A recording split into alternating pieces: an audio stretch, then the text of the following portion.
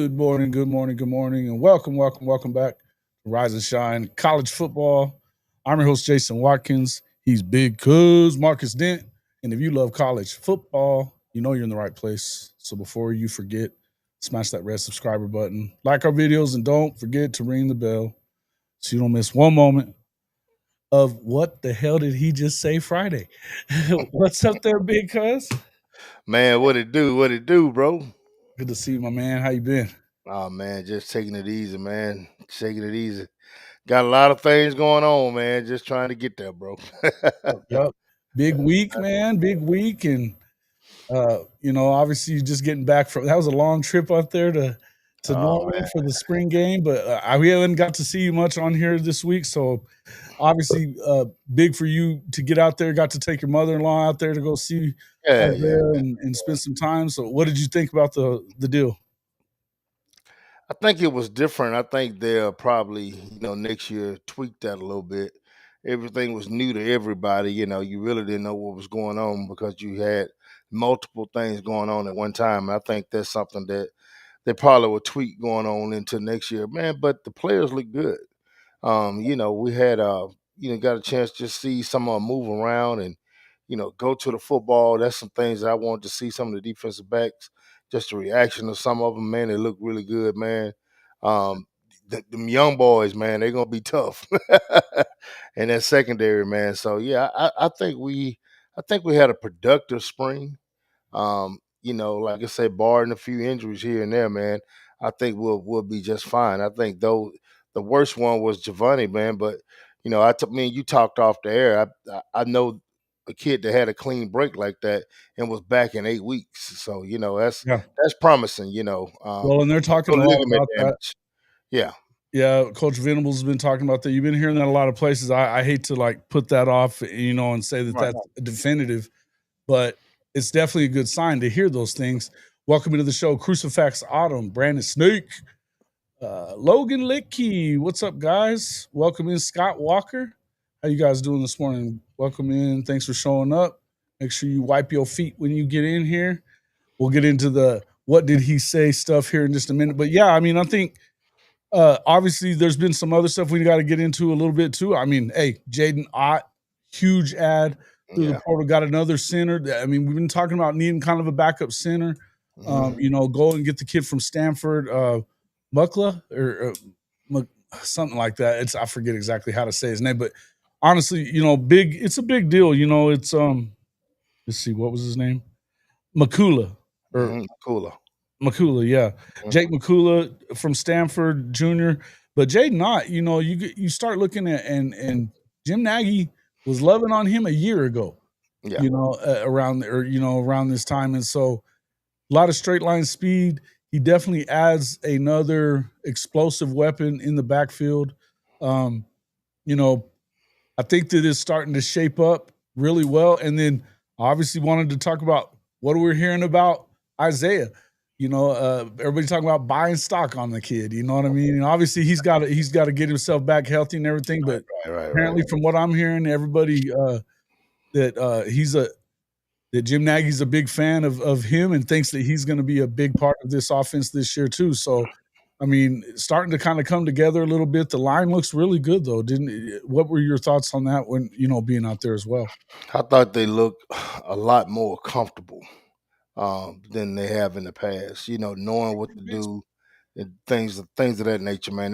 That's number one. When you know what you're doing, you can do your job efficiently. And I think that's kind of what they going on with Nagy. His offense has been implemented.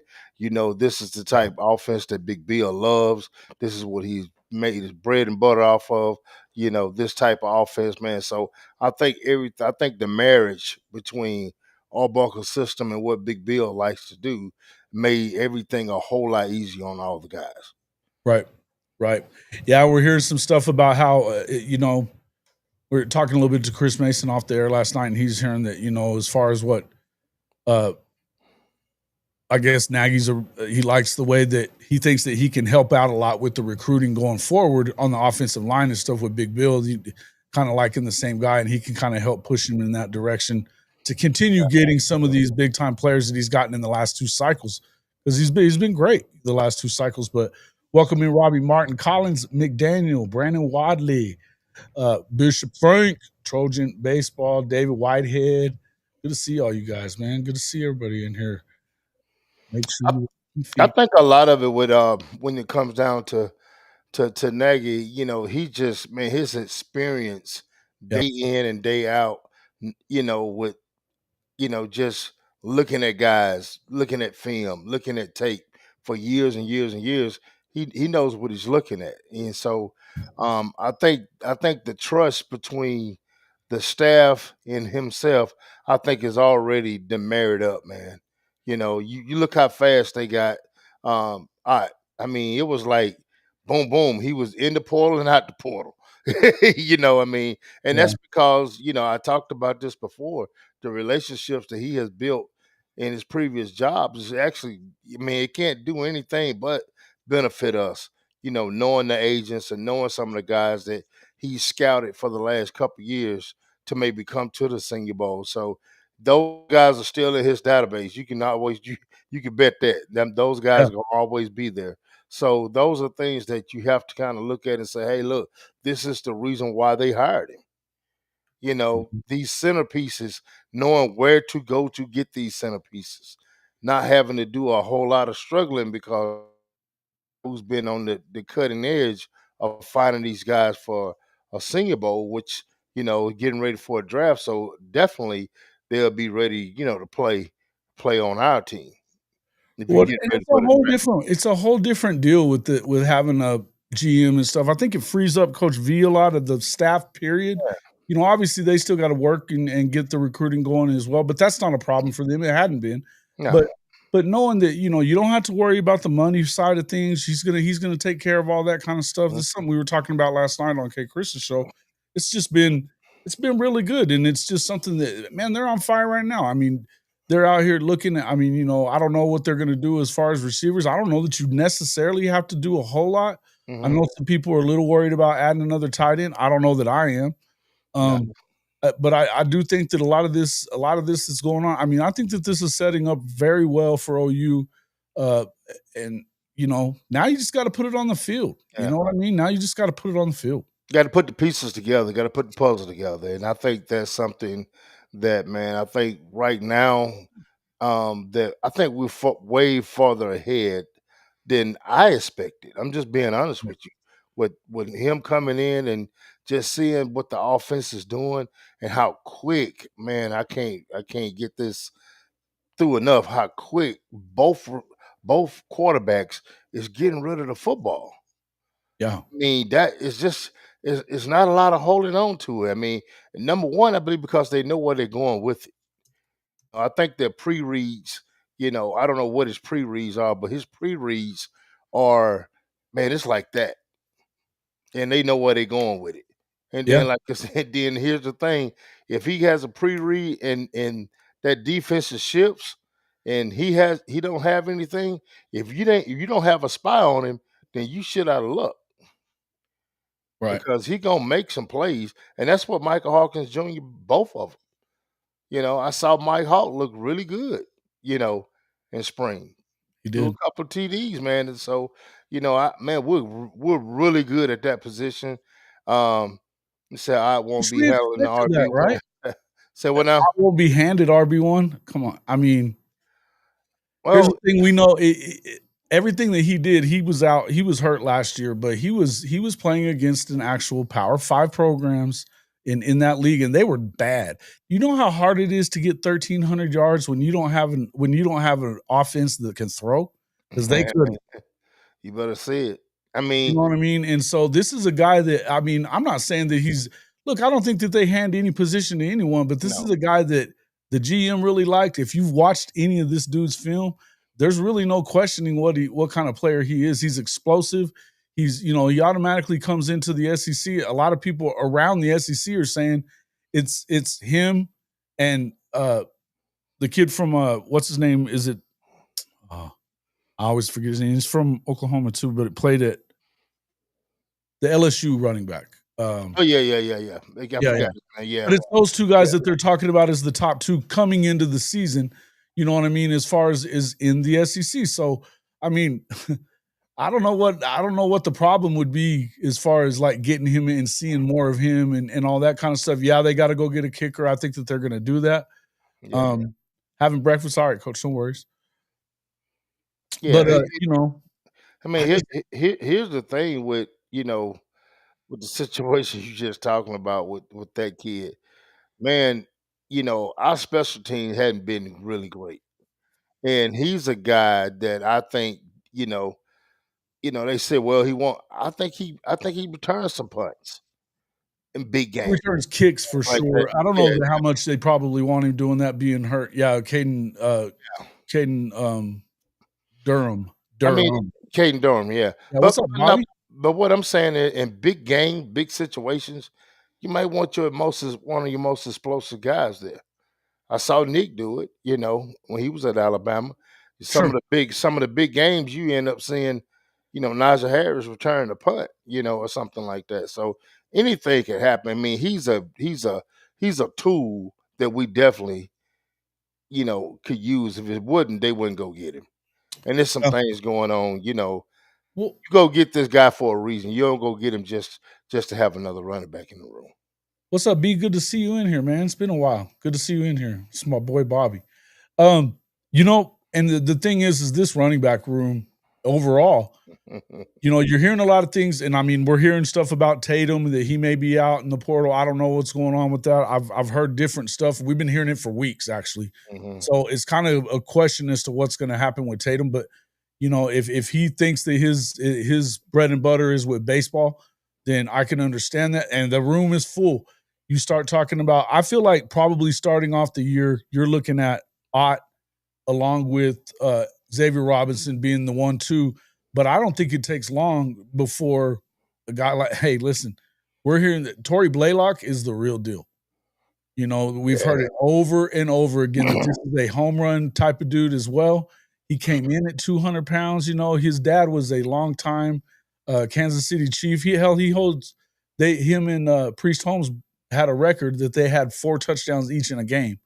Back in the day whenever they were playing together. So And here's the thing, Jason. You know, we don't know what conversation they done had with some of these guys. Hey, what about we might want to save one of these guys, and say, hey, look, we'll play you in 4 games and still save that red shirt and just see what you got. You do not have to play all of these young guys with mm, what you have in that stall. You can save some for the future and still play in 4 games and get some good pro- production out of them.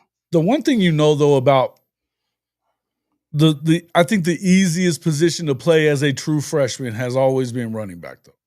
You know what I mean? It's like you don't. I mean, obviously you have to, but I don't know that I'm worried about of course, when you start thinking about, and I like Javante Barnes as much as the next guy, I like Sawchuk. I think that they both can be productive. Hmm. Injuries have been an issue with those guys. Now, you're not going to try to run them all off, but I have a feeling that you're going to probably lose a couple. You know what I mean? At some Yeah, it's point, college football, so it is what it is. you Right. never know about that situation, man. But like I say, the running back is room is full. Um, man, it's just loaded. I'm gonna be honest with you. It is a loaded ass damn room, man. And It is a like loaded I say, room. But those guys.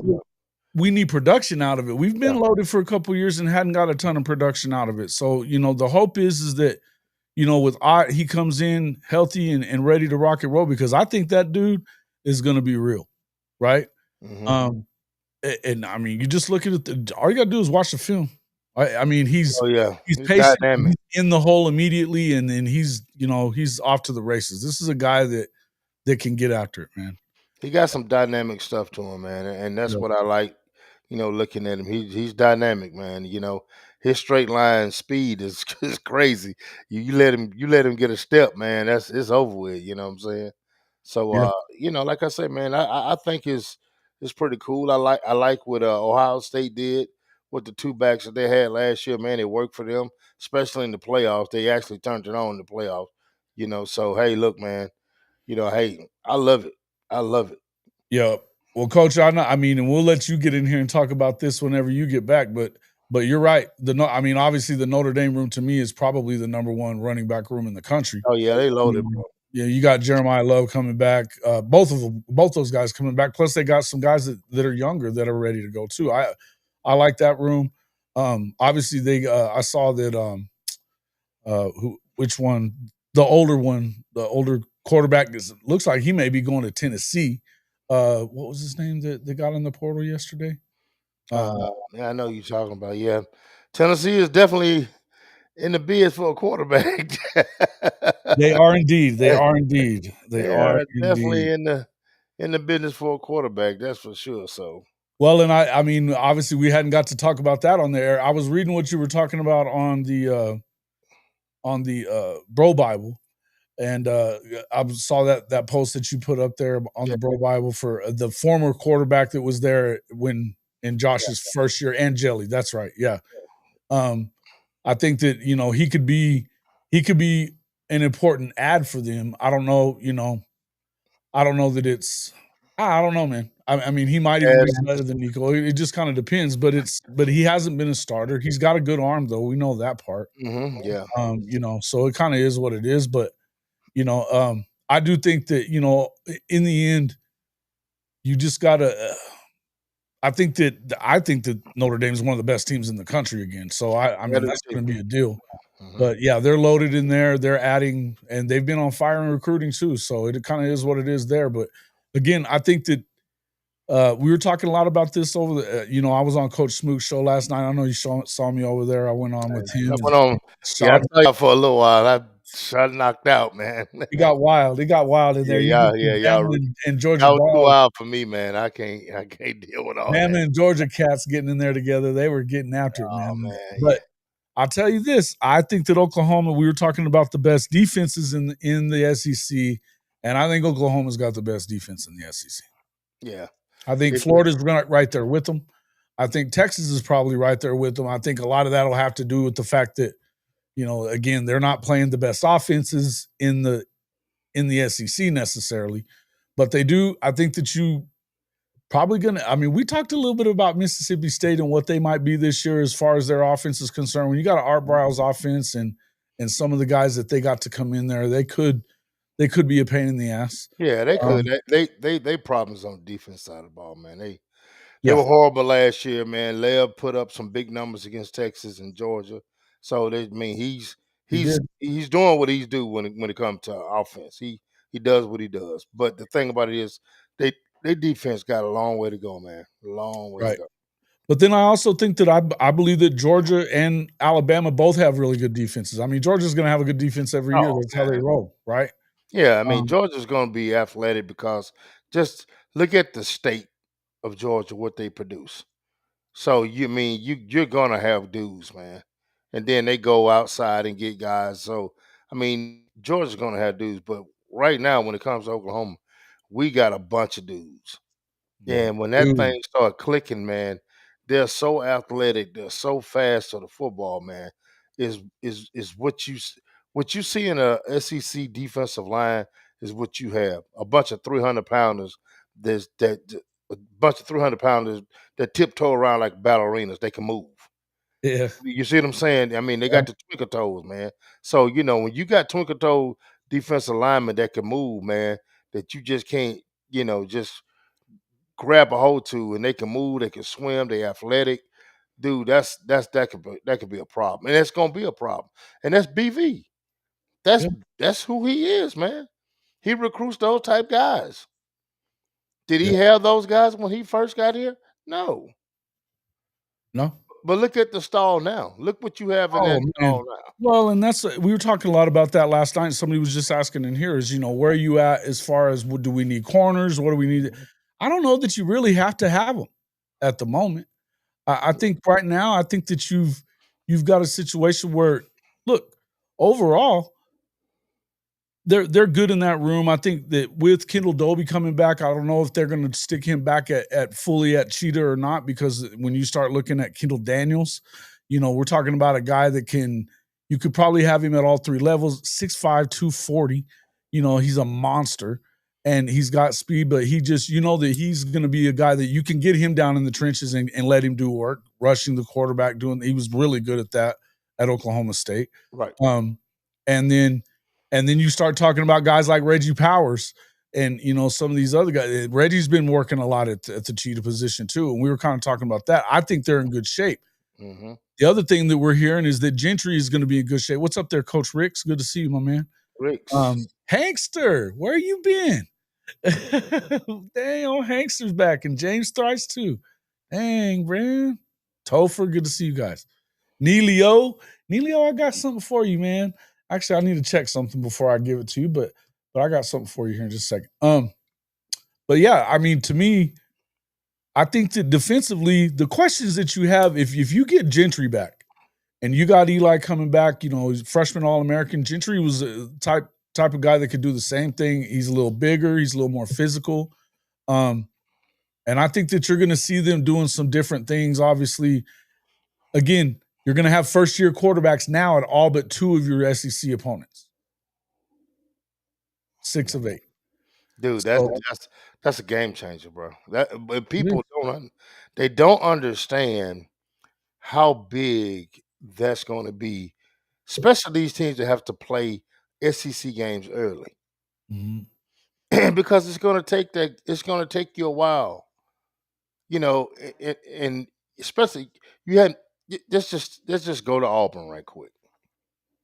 Now we know what's going on over there. Deuce Knight is pushing the shit out of Arnold. Everybody knows that. mm-hmm. So, but just to say he wins the job, well, dude, it's gonna take him 2 to 3 games or whatever it is to get acclimated to that system. I don't give a damn how smart you are. It's gonna take a while. When you see in live defense, is something you normally don't see in practice. It's gonna take you a minute. Right. You got how many quarterbacks you say coming back? What now? Just 2? Just 2. You got Lenore Sellers and Lenoris and LSU guy. Yep, Nussmeier. Well, and Only here's 2 that have already been the starters. So okay, that's true. Now let's look at Oklahoma's situation. Oklahoma's situation is different from everybody else because you still have the same coaches that was coaching his quarterback. You got the quarterback coach, you got the offense coordinator. So nothing has changed for Mateer. right. Mateer just upgraded doggone personnel. Yeah. You see what I'm saying? He's just upgraded personnel. So as in, well, the quarterback got to learn the system. He just he knows the system. Right. From day one, he knows the system. Right.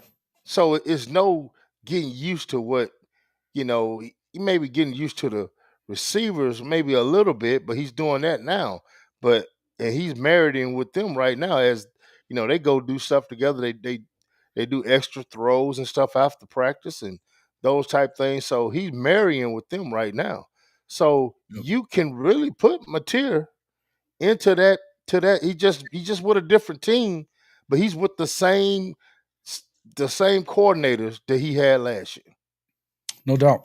No doubt. And I think that it's starting to get evident to even everybody around the country. You're starting to see all the national talking heads, and we don't want to see it, but we're starting to see the national talking heads are paying attention and realizing that, hey, man, they're putting it together. They need to be quiet, man. They need to be quiet. I mean, they killing us on 3 with that. I tell you this, it's out. It's out. I mean, nobody's gonna, and not that you're not sneaking up on nobody when you're OU anyway. That's just how it is. Nah, man, but you had so many of the talking heads from last year saying how we wasn't ready. We wasn't ready. That's why we went 6 and 6. There's still a few. Oh yeah, we're gonna have to prove everything is what it is. Like BV said, we're gonna keep the main thing. The main thing we're gonna keep rolling. I mean, that's just what you have to do in these type of situations. You can't sit up here and okay, well, I'm not gonna argue with you. Well, I'm gonna show you. We're gonna show you, and I think that's gonna happen. But damn, I wish they would be quiet. I mean, it's like Andy Staples said the other day, like, man, I'm beginning to think Oklahoma's gonna be pretty dang good. I'm like, dude, you hated on us. Stay hating. Man, I I don't think want to hear everybody's that. taking notice of like this, and thank you for the super chat, T Boomer 199. In Nagy, we trust a hundo. Hey man, I've been missing, and so I'm gonna run this real quick. I just because I've kind of been slipping on this one, but also we've got another super chat that, man, our boy Nelio takes care of us through Venmo all the time, so I want to run this real quick for him. What we do here is go back.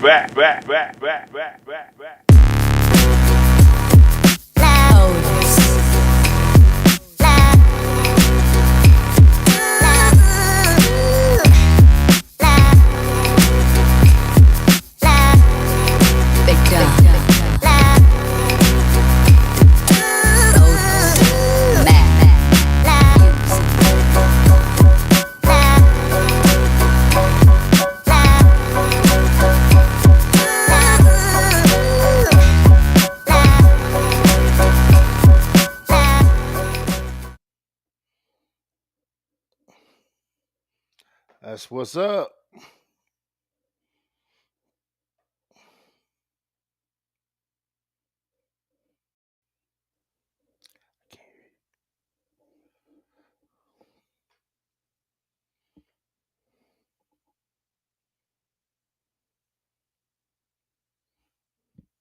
Oops, I was muted. Thank you, Nelio. My bad. Best way you could do it is through Venmo, Cash App if you're gonna do it. We don't expect it from anybody, but it's a cool thing to do, and Nelio takes care of us all the time. Obviously, we got a bunch of guys That that do that. Neilio. Yeah, Nelio, T Boomer, thank you again. Bishop Frank's always taking care of us as well, so we appreciate that, man. We really do. Getting back to this, should grab another cornerback for depth. Bobby says Bowen battling a little of an injury. Now, what I would say to that though is that we were kind of talking about this last night too. Is that there's just not a bunch of those difference maker type of dudes now, and I think that the guys that are difference makers are going to be the dudes that are already here, and they're younger, and Yeah. you got to get them acclimated and stuff like Yeah. that. But I do think that you've got a handful of those guys that could step in there. Yeah. Portland Guillory, we're hearing a lot of stuff about. Mhm. We heard a lot of stuff about Jeremiah Newcomb as well. Obviously, Malik Hawkins has done a good job. We're hearing a lot of stuff about these young cats, and it's just, and then of course you've got Jacoby Johnson. You would expect for him now in year 3 to kind of take another step forward. He's big, lanky guy, Mhm. athletic as all hell. You'd like to kind of see him take that step too. But so one thing we know is what we're hearing. Nagy's not going to go out there unless you're a real impact player. They're not going to spend the money that it's going to take to. You got to start doing the NFL thing, and I just don't. I don't Yeah. know that guy's out there right now. Nah, and you think about um a couple things. Why go get a piece, you know, and you got to spend money on that piece when you already got that piece, sitting right there beside you. I mean, because if there's nobody that's a game changer in there, they're not going to spend the money on it. Not when they got those same dudes on the sideline. Yeah. So yeah, that's a great point, man. Unless there's somebody out there that there's a potential first round draft pick or potential that, you know type guy, NFL type guy, oh, you're not gonna mess with him. Eli Bowen is a cornerback there, Logan. What you mean? No, we're What do not you talking about Peyton. We're not talking about Peyton. We're talking about Eli. But I'll Eli? tell you what, though, I think Peyton could play corner too. We watched him running step for step and getting his head around in an interception before with during the spring game 2 years ago with Andrell Anthony, one of the fastest guys in the country. Mm-hmm. So we know he can. I think he can cover well enough that if you needed to move him there, you could. Hopefully, he's getting healthy because the thing is about that, you end up losing that spot because you've got some dogs back there in that safety room that are just getting it done. Oh, they ready to go. Oh They man, ready to go. RSJ. I mean, you got RSJ. You've got obviously Boganowski and Reggie. Then I mean, man, we're just hearing. I mean, we're hearing a lot of stuff about a lot of guys. I would be Got Hardy back there. I mean, you got a lot of different guys, man. that is ready to go. So, like I said, man, I don't think you know they would go out and get somebody because it's not smart money. And that's one thing that they're about right now, man. That's smart money. They want to I make think if sure. they're gonna do anything at this point, I mean, I don't know that there's a guy in the tight ends that you can go get that's gonna be a huge difference maker over what you have either necessarily. Um, but that could be a possibility. My thing is, I think you're probably gonna, if you're gonna do anything, you might get some insurance at receiver, and then we'll kind of see kind of what goes on from there. But I got to tell you, I think that again, I look at this defense and I think it's the best defense, not guarantee for sure in the SEC. I think it might be one of the best defenses in the country, if not the best. Yeah, yeah. I mean, it's true.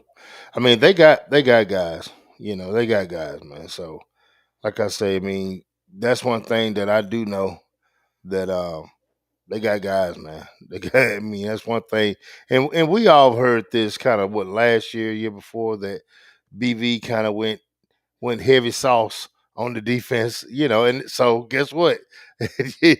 they got guys, man. So it is what it is. The offense is just not catching up, you know, to that. You look at the depth on the offensive line. Man, 2 years ago we had none.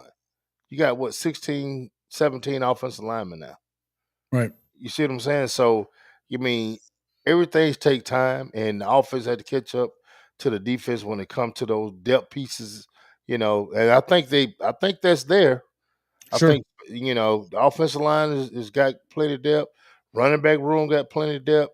Receivers is not bad.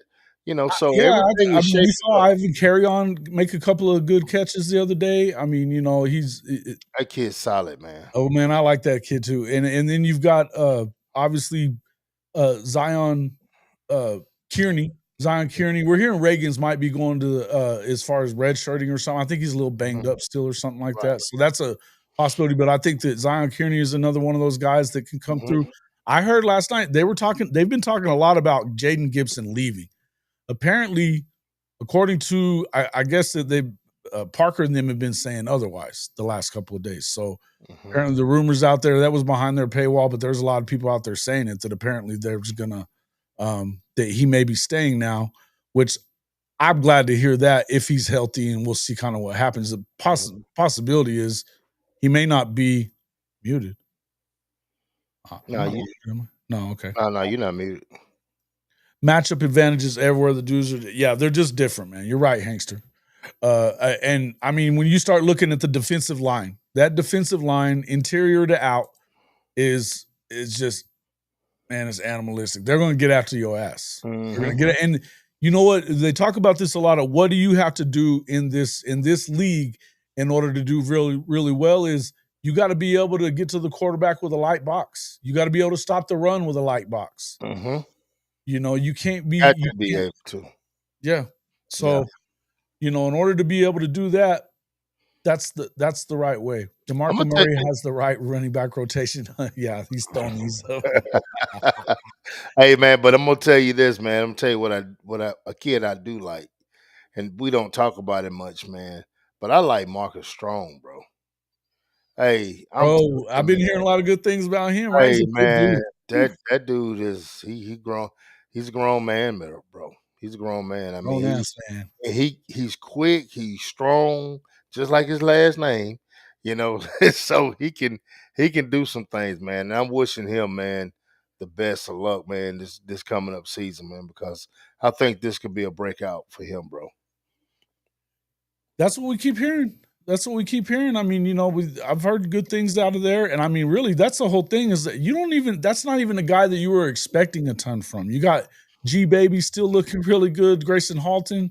I mean, we're talking about I mean, obviously Jaden Jackson, Dominic Williams, you got Stoney I mean, I think that he's going to take a big step forward this year. He got huge. And then man, my guy, hey man, I hated to see that our guy Smith, Nigel. yeah, Nigel got hurt. Yeah. But it doesn't seem like he's going to be out for long. He got big. Damn. Oh yeah. He got big, Yeah. right? So Yeah, he's about hopefully what? About 275, 280. He just looks different. He just looks different, but he's definitely and I think they're gonna move him inside and out. He was talking about to us, he's always said he never really wanted to hit that 300 mark. He wanted to be somebody that could play either or. Yeah. But I mean, he's a strong guy. He works his ass off. I'd love to see him. But I mean, if you start looking at it with Dominic Williams and Jaden and Stoney and then Grayson and Marcus Strong, Trent Wilson as a freshman may end up being big right away. And then I still think you just got a lot of guys in there that have an opportunity to be big time for that part of it. Then you get to the ends. I mean, Marvin Jones, they said he's been showing out. Danny Okoye, you're not going to be able to keep him off the field this year. No way. No way. PJ, you got Danny, you got R. Mason. R. Mason, of course. I think he's pick the number one guy coming back. I mean, on boys. the edge. PJ as well. Yeah. I mean, you talking about a fresh, you talking about be able to stay fresh. Oh, man, come on. Mm-hmm. You'll be able to stay fresh with all those guys, man. Yeah. Yeah. I mean, you better have some old linemen with some good wind for that rotation right there. They're gonna give them hell. They're gonna give them they hell. Can keep bringing them. They can keep bringing them. They can keep bringing them, bro. Mm-hmm. They got the depth pieces to do it, and that's guys. This is how everything is in college football. If you don't have that next level depth, you're not gonna win. You're not gonna win. Watch Nick Saban for years go down the field with one offensive line and then turn around and go right back down the field with another offensive line because he had the depth to do it. Mm-hmm. And somebody was asking about Isaiah. How's he's coming along? He's coming along fine, man. Appreciate your action.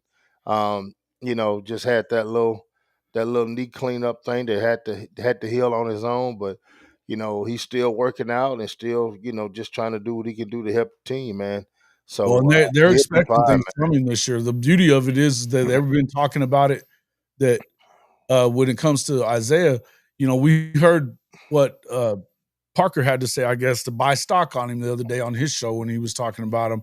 Yeah. And I know Mason had talked to his guy that he knows behind the scenes dude and said, is that true? And he was like, oh yeah. He goes, Nagy loves him and Daniel Akinkunmi as far as offensive linemen are concerned. Loves them both. Thinks that they're first round type players if they can continue to develop the way that he thinks that they're perfect Bill Bedenbaugh guys. Yeah. I mean, the thing about with Isaiah, I mean, he's a 19-year-old kid with 4 more years to play college football. And like I told him, man, we just got to do the right things and keep the main thing the main thing. That's what you have to do and stay focused. Can't let outside stuff, to tear you from doing anything that your main focus. And that's what we are, and that's what me and his mom try to instill in him every day to stay focused. No matter what's going on around you, man, you stay focused on your goals and your admirations and you're going to be fine. But like I said, man, I appreciate you asking about him. But, just talking about that room in a whole is going to be different. I mean, it's going to be real different, guys, because one thing I could say, the experience and the beat up, from last year, I mean, from the agonizing of fans, saying the things that they say. These kids hear it. They got Instagram, they got Twitter, they hear all that mess, and they want to be. They last night they were together, hanging out. Yeah. I called them like, hey, look, I'm with the guys, and they just hanging out, man. Just playing video games and still going over. And the thing about it, when you got 3 or 4 or 5 you guys you hanging out with, and then you're gonna talk about other stuff, but then some stuff in practice is gonna come up. Sure. Man, what do we do on this right here? Or yeah, man, you remember we do this right here. And this because the lingo is all the same. They speak the same lingo. And when you have these guys hanging out with each other, man, it's a brotherhood. And it becomes that. And they did not have that last year because they were all young and they were just getting there. Sexton had been hurt the year before, It was a different animal on the offensive side of the ball too. Yeah. There wasn't a whole lot of. And then you got like Big Bill had a whole lot of power, or none of them really had a lot of And then you got a guy like Arbuckle that's coming around and dapping the O lineman up, bro. Man, that make you feel good. That make you want to bust your ass for him, bro. Yeah. You know, You got quarterbacks that can get after both of them. yeah, you got quarterbacks that you got a quarterback that's talking shit. I'm being honest with you, man. As an offensive lineman, I played tight end, which ain't nothing back then was nothing but a glorified offensive lineman that was allowed to catch a few balls every now and then. But at the same token, man, it just makes your chemistry a whole lot better for the team. People know if your locker room is solid, you're gonna win games. And I'm not saying the locker room was divided or anything, but when No. it's solid, it's solid. Well, it wasn't whole from day one. You know, when it came to that offensive line, it wasn't whole, like, right away.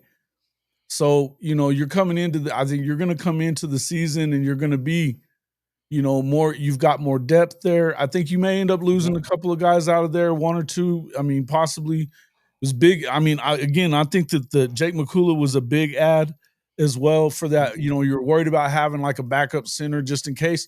I don't know that he's the backup guy from what we've seen out of him. He may be able to, you know, be that guy.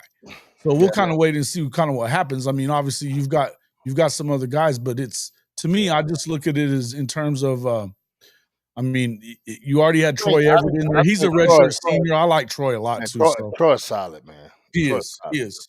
Yeah. Troy's solid. I think Troy could be. I don't think you have a lot of drop off is the point I was trying to make. Yeah. Like, even if whichever guy you're going with, I think that you're gonna have a good guy there. And the thing about Troy last year, he wasn't healthy. So good to see him back and healthy. He's been looking really good. So it's good. You were asking about the number 1 tight end out of Great Bend, Kansas. You know what? I don't even really know, to be honest with you, Neilio. And I hadn't heard a ton because honestly, the recruiting has kind of suffered as far as that's the one thing that, you know, as much shit as people give Joe John, that's kind of what you got to give it to him for too, is that not only has he not been great at the development side, but he hasn't recruited it well. If they wouldn't have had, you know, they obviously wouldn't have had Devon Mitchell had it not been for Michael Hawkins. And shout out to Devon Mitchell. I saw that he was getting baptized this past week too with some of the other guys. It looks like he's still around the program. I don't know what's going to happen with him or, you know, where he's going to end up, but I hope he's getting it back together, and I really do hope he does. So you never know, but you know, shout out to him. Liked seeing that, but I don't know, man. It's as far as that goes, it's kind of up in the air with that. But I think that I know they were talking about going after that guy that just left Iowa, and he's young, and you know he would be a good ad if you could get him. But I don't know, you know what the. Again, it's got to be bang for your buck. They're just. I think he's going to be fiscally responsible when it comes to that, and he wants to make sure that he's getting the right guy. Hoping that PJ puts it all together this year. Man, I've been hearing good things. I've been hearing good things there too. And I think the main thing with PJ is, I think that probably a little bit you got to get a little bit out of your head, right? And just let him go. Let him go because he's a monster, man. We're talking about a guy that is a monster, and once he gets it down, I think he's going to be good. But I still think that because you have a guy like Marvin Jones Jr. in there, you know, you've got some other guys that if you get something from Marvin Jones, and we're hearing good things about him too, I mean, whoever it is, you just got to make sure you get your pressures and your sacks up a little bit, I think, and I think you're going to help that defense a lot. I think they're loaded, man. I think they're loaded, but yeah, you don't want it handed to you. I was reading that. Oh, Chris talking it up. Yeah, Burks got baptized too. Yeah, I saw that too. I did. Shout out to those guys, man. That's awesome. That's awesome. And you know, we hadn't really had a chance to talk about this either, but Kyron Lacey, man. Shout out to his family and everything for what happened with him over the weekend. And obviously it's been almost a week now. Awful story. You know, I think mental health is so important to these guys. You want to make sure you keep them all together. And it seems like he would keep coming back and he was doing better, and then he would, something would happen and stuff. But man, prayers out to his family. I know Deion Burks was tight with him. So that's obviously prayers out to him and all these guys. I mean, man, it's a brotherhood out there. You playing college football, no matter who you play for. So, you hate to hear anything like that. With the talent like he was, it's a shame. It really is. It's a shame. Definitely. But let's see. Those talented tight ends grow on trees up this way anymore. Kansas City, Casey Mo, yeah, man. Kansas and Missouri, especially Nebraska and Iowa, no doubt, man. It's wild, isn't it? Man, we can find us an AJ Howard. Hey, listen, somebody like that, bro. Yeah. Man, what There's guys out there. Yeah. There's definitely some guys out there. Country's getting a little scared of what they're hearing and seeing coming out of the palace. I agree, man. And I think I missed another super chat from him. Just a second. Yeah. My bad. I did. And then $9.99 when he said, "You're welcome, Jason. Appreciate your channel." Hey, man, I'd greatly appreciate you as well, my man. Appreciate you a lot. Thank you. $10 super chat. Good man. Appreciate you. Yeah. Who else we got? Good for Mitchell. Yeah, I think that was good. And here's the thing, guys. I know BV. I know him. He's one of those guys that want you to be right on the inside first. And those things like that, those are life-changing things, man. To get baptized, to say, hey, I'm gonna change my direction in life. Those are the things that you have to do for all the stuff that was going on in his life. That's the first step. He make that step, you don't ever know. It might be one of those things where could change his whole world. Change his whole world. Say, Coach, look, you might have to, I'm not saying he's coming back, but I could see, if he sets out this year or whatever it is and say, hey, look, I pay my own way, I do this, I do that, and start from the bottom and say I want to be here. I don't think BV will be opposed to that, because everybody knows he did this on his own. This was all self-inflicted. So like I said, man, shout out to him. That's the first start, man. Getting yourself right, getting your soul right. When you get your soul right, everything else come with it, man. So, shout out to him for doing that, bro. Definitely, man. I'm excited for him, man. I thought I might have been still on there. I was checking to see, checking our likes here. Needed to check the likes here real quick. How we doing on them likes? Make sure you guys are hitting them likes, man. We got a lot of folks in here right now, so make sure you are hitting the like button. We got live viewers of 80 of them in here right now. On my channel, we got 33 likes, so not even half. Come on now. That's the one thing that, hey, listen, we appreciate super chats a ton. The biggest thing you can do to help us is just make sure you hit that like button, become a subscriber. We've been doing pretty well as far as that goes. We've added subscribers more and more. I think we're at 4,360 now. Our views are back up a little bit. It seems like it's starting to come together there a little bit. So excited about that. I don't know what's going on. I mean, I don't want to make it sound like that's like we know anything about Mitchell returning by the fall. I don't know. I think that they'd love to see that, and they don't. I don't think they're turning their back on it for sure. But I think that he would have to not only listen. We heard about player leadership, the player leadership council, whatever they have, that they were part of that decision making process too. So he has a lot of people to kind of you know what I mean? He's got a lot of people to make it up to, but hey, this is the start. So I don't care if he comes back to Oklahoma or not so much as just getting it together and wherever it is. You know what I mean? Right. So I'd love to see him because you look at him and athletically speaking, he has the ability, but we hadn't seen it yet. So I think that the main thing is just to get his head on straight again. That's what I think about it.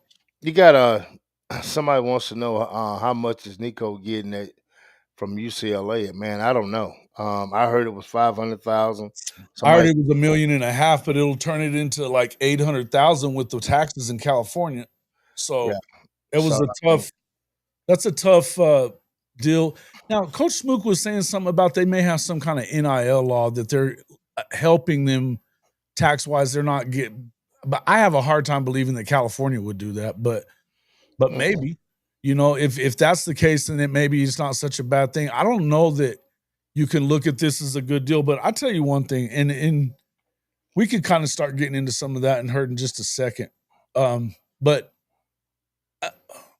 I'm just going to say this one more time about how I feel about the Nico situation. I think that his parents, his dad, and whatever his other handlers are, they made a couple of missteps there, right? I'm not going to sit here and blame Nico Iamaleava for doing business the way he was taught to do business by Tennessee. Tennessee is out there, putting all this stuff off on him, and they're throwing him under the bus. They're talking about that he was asking for money before the playoff game. Well, guess what? So were some other players on that Tennessee team, and they gave it to him. And the other thing is, remember there was a rule at the start of all this that you could not use NIL as an inducement. They did, and whenever the NCAA was getting ready to come down on them, what happened? They sued so that they could get out of it, and because they didn't want to go by the rules. Hell, we're talking about the same damn program that was giving out, fast food bags full of cash just a couple of years before that. Well, and now we're going to sit here and we're just going to assume that they're telling us the truth, and we're praising them for doing the right thing when they're the ones that fucked it up in the first place. I'm gonna say this, bro. I agree with a lot of what you just said, but I'm gonna tell you this right here, bro. Mm-hmm. It wasn't all Tennessee. I said it was all Tennessee. Yeah, hold I up. just said Let me finish. yeah. Right. You got some people in his camp that didn't handle business True. like it's supposed to. From what my sources are close to that system, close to that program, pretty much told me that deal in December was supposed to be renegotiated. And then they say, okay, but we don't have the money, but we're going to get the money. Trust us, be patient. Well, it's either you trust and be patient or you move on. And they didn't have the money by the time the deadline was in December or January. They should have moved on. Right. I mean, that's the biggest thing. Now you can't 100% blame Nico. You got to give Tennessee some of this. Now his handlers, his father, we've heard it. Yeah. And look, I think that the way that he handled it on Twitter with going after Pete Nakos like that was his first screw up. But but listen, I think that if Nico just goes to practice on Friday, finishes the spring stuff, even if he gets in the portal this week, the conversation is completely different. Yeah. It's completely different. That's the biggest thing. If he had went through spring and handled spring and jumped in the portal, you would not have this conversation that we're having right now. Right. Because you could say it was over money or whatever the situation is. And guess what? I believe if he had went to practice, played in the spring game, then I'm not saying he would have got that, but I think he would have got close to that somewhere else. You see what I'm saying? Well, there was definitely somebody once the leverage fell out from underneath you, and I think that's why a lot of people are piling onto the cat now. It's because it's helped them with leverage. But it feels like that Tulane was probably their choice because, I mean, you want to play for Sumrall.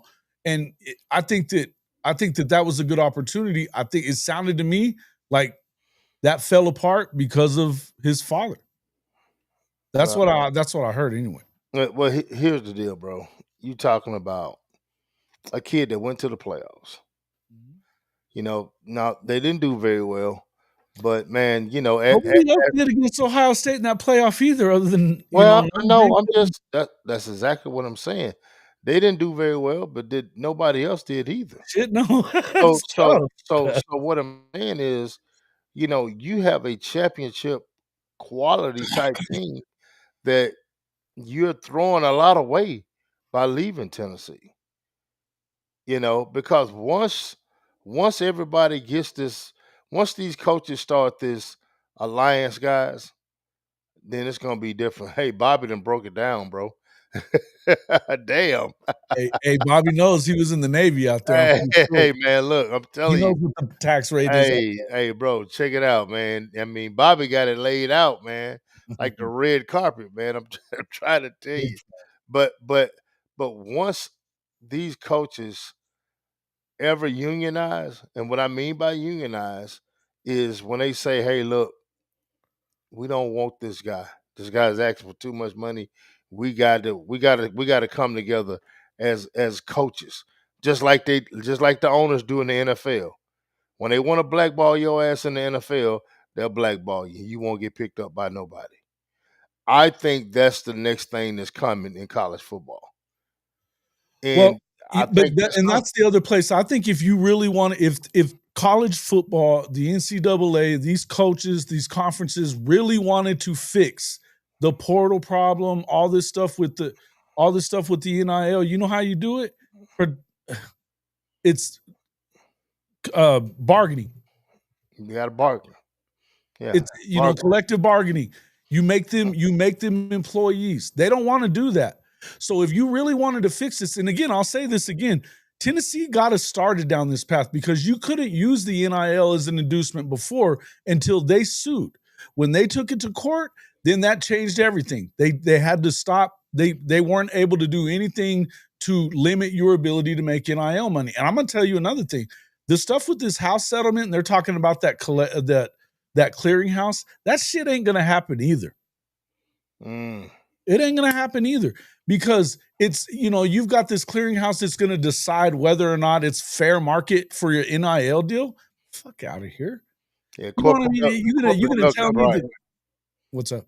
I was reading. I mean, you're absolutely right. That running that mouth on Twitter.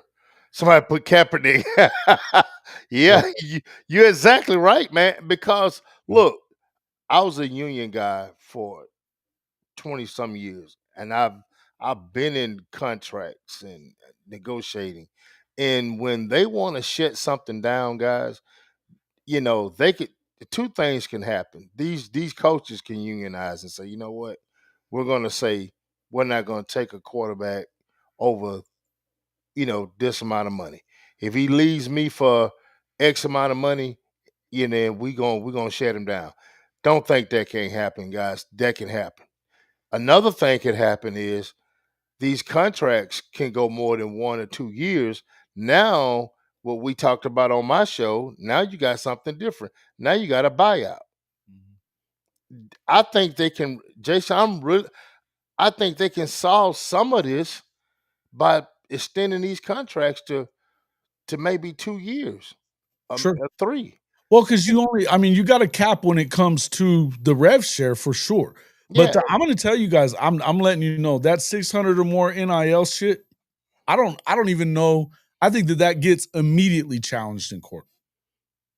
The first time that they say no to an NIL deal, that shit will end right then and there. Because again, we've seen the court say, "Who the hell are you to limit their ability to make money in the NIL?"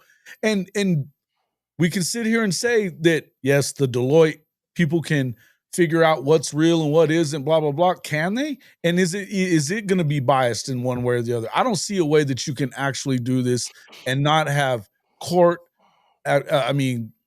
case after case after case after case. It's going to get challenged constantly. That is out the, and I'll remind everybody that they don't give a shit about fairness. They don't give a shit about competitive balance. None of that. If you think that, then I got plenty to sell. I got desert property to sell you with the ocean front. I guarantee it, because it ain't gonna happen. And even if somehow the Deloitte thing comes through, you think they're gonna catch them? These guys have been getting away with this shit forever. Neilio just said it. You get away with it. Yeah. Buyouts will fix a lot of issues. You're going to have a contract, period. And it can't just be year after year. Yeah. See, again, I feel like, I'm going to say this again. I think if they wanted this fixed, it'd be fixed. Yeah. And, it's a lot of crying going on with a lot of the top guys that wasn't crying when it first came out. Wham, wham, wham. And Yeah. I'm talking to some of you Georgia fans over there because your guy's crying right now. This shit, yeah, for You him know, to come out and say competitive, the words competitive balance when you're at Georgia, are you joking? dude, him and Nick Saban, Nick taught him the ropes, and Nick in let's say Alabama and Georgia been 1-2, and they're the ones who crying the most. Nick is not even coaching, and he's crying all day, every day. When you stack players, when you had alumni dropping off $200,000-$300,000 damn bags day for signing day, and Sure. you want to be the one to sit up here and say, you know, all this needs to, yeah, it needs balance, but Sure. now you want to spearhead something, and But yeah, they you can, don't they stop short of doing everything they could do. They don't wanna right. they don't wanna make them employees. They don't want a collective bargain. They don't wanna give up half their damn money. That's what collective bargaining ends up being. Mhm. And, I heard somebody on Twitter and, and I like the Wild Youth, but he's been out there pushing this Deloitte deal, the the clearinghouse deal. And I'm thinking, wait, what do you mean? And they started talking. This was one of the things that I was like, hold on a minute. Because he brought up on there that somebody, and I think it was Chase Daniels had tweeted something about, you got guys that are making more money than what the Niner quarterback is. The motherfucker was the 7th rounder. Yeah. And you know what? It don't have shit to do with the NFL. Mhm. They're two different entities. And so don't tell me that 1%, which is probably 1 or 2% of guys that are making more money than dudes in the NFL, because the low end, the 800,000. league minimum is like 800 grand. So Yeah. how many guys out of a program, let's say at Oklahoma, how many guys you think are approaching 800 grand? There's maybe 5% of them, maybe. If that. Yeah, if that. Mhm. And so don't give me that shit. Number one. Number two, it doesn't matter. These guys, the guys that are 7th rounders, I mean, you talk about our boy from the Niners that, look, he's been great. Mhm. Whatever, it worked out for him. But how many 7th rounders are getting playing time and they're generating all that money for the NFL? They're not. Look, you take, hey, here's a perfect example. Take Shannon Sharp. He talked about that. 7th round draft pick, bro. He said he was broke his first 3 years in the league. Yeah. Because I mean you getting by the money But it's because you're a different. 7th It's round. different today than it was whenever he I was mean, there. But I'm saying but we 800,000 is the low end in the right, NFL. If you right. make it in, Yeah, but it was still guys working jobs, making what he was making is what he was saying. sure. You see Sure. what I'm saying? So, Oh yeah. it is what it is. You're a 7th round. You'd rather be a free agent than a 7th round draft All pick. I'm saying is that there's a small handful of guys in the entirety of college football Correct. that are making more money than an NFL player, no matter what. Yes. You're right. It's a small amount. And we're using that as a conversation piece when, first of all, it don't make a shit. They're two completely separate entities. The money is generated separately. One ain't got shit to do with the other. Well, It look, don't. it don't. And look, I'm finna give you this nugget. About 5 years ago, I knew a guy. I'm not gonna call his name because he played about 4 years in the NFL. He played for Alabama, and he told me when he went to the NFL, he took a pay cut. Yeah. So, so look, this before NIL, bro. So he said he took a pay cut when he went to the NFL. So, what kind of money you think he was getting at Alabama? Yeah. Hey, Coach Smook, if he anywhere around here, he can answer that one for me because, hey, took a pay cut. This cat said he took a pay cut when he left Alabama, bro, Hey, well, I mean, to go to does the it surprise NFL. you? Does it Yeah, surprise you? I but mean, but here's my thing: all the damn but crying from Nick I'm saying there's a Saban, handful of dudes in the I'm country that sick are of it, doing that. bro.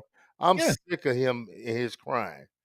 When that you can sit up and say, "Well, I didn't know anything about any money, bro." Yeah, you do. Hey, Mhm. yeah, you do. Yeah, you do. You go tell them, "Hey, I need this kid. I want this kid," and they make it happen. Mhm. They make it happen. So I don't want to hear that, bro. I mean, Well, and all really, this, all for this crying. NFL players, if you think about it, the longer you keep kids in college, the better it is for those guys in the NFL Yes. already. They don't get replaced. Look, what we talked about. We talked about it on the show. 62%. The NFL is down 62% of early enrollee for the NFL for young guys. That's over Mhm. half. You know why? Because these guys are comfortable in college making the money without all the decisions. They getting 3 squares a day. They getting housing allowance. They comfortable. Sure. So then they're not making that jump, to okay, I gotta help mom out. They helping mom out now. Right. You know what I'm Yeah. saying? So, and I think you're gonna see a lot of guys play a lot longer in the NFL because of what we have right now. And, Mhm. and then and on the flip side of that, you're gonna have some guys to say, you know what? I save my money, I invest my money in when I'm in college. I want to go off and start my own business. The hell with the NFL. Sure. That's gonna happen also.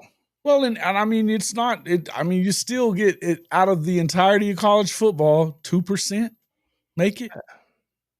It's tough. It's not the easiest thing in the world to do. So, in the end, I think that you have to look at it for what it is. And if they really wanted to fix it, we know that they can fix it. Yeah, Chicken says Shaq made more at LSU. Yeah, you know he did. Shit. But according to Brian Kelly, Oh man. they don't buy players there. What? Yeah, that's what when they didn't get Dominic Williams, that was his little whiny bitch story. But that's BK. He's full of shit.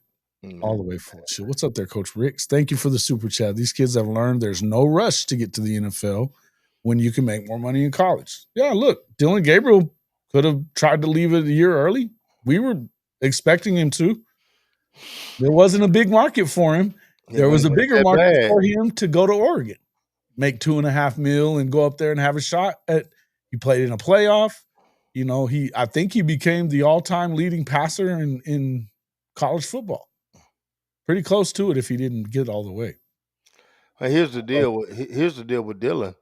You know, we don't know if he's going to get drafted, but he's definitely going to get a free agent shot.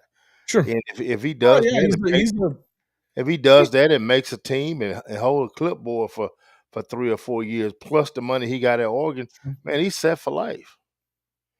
He's set for life. So, like I said, the entry rate, the early entry rate, it's down big time, man.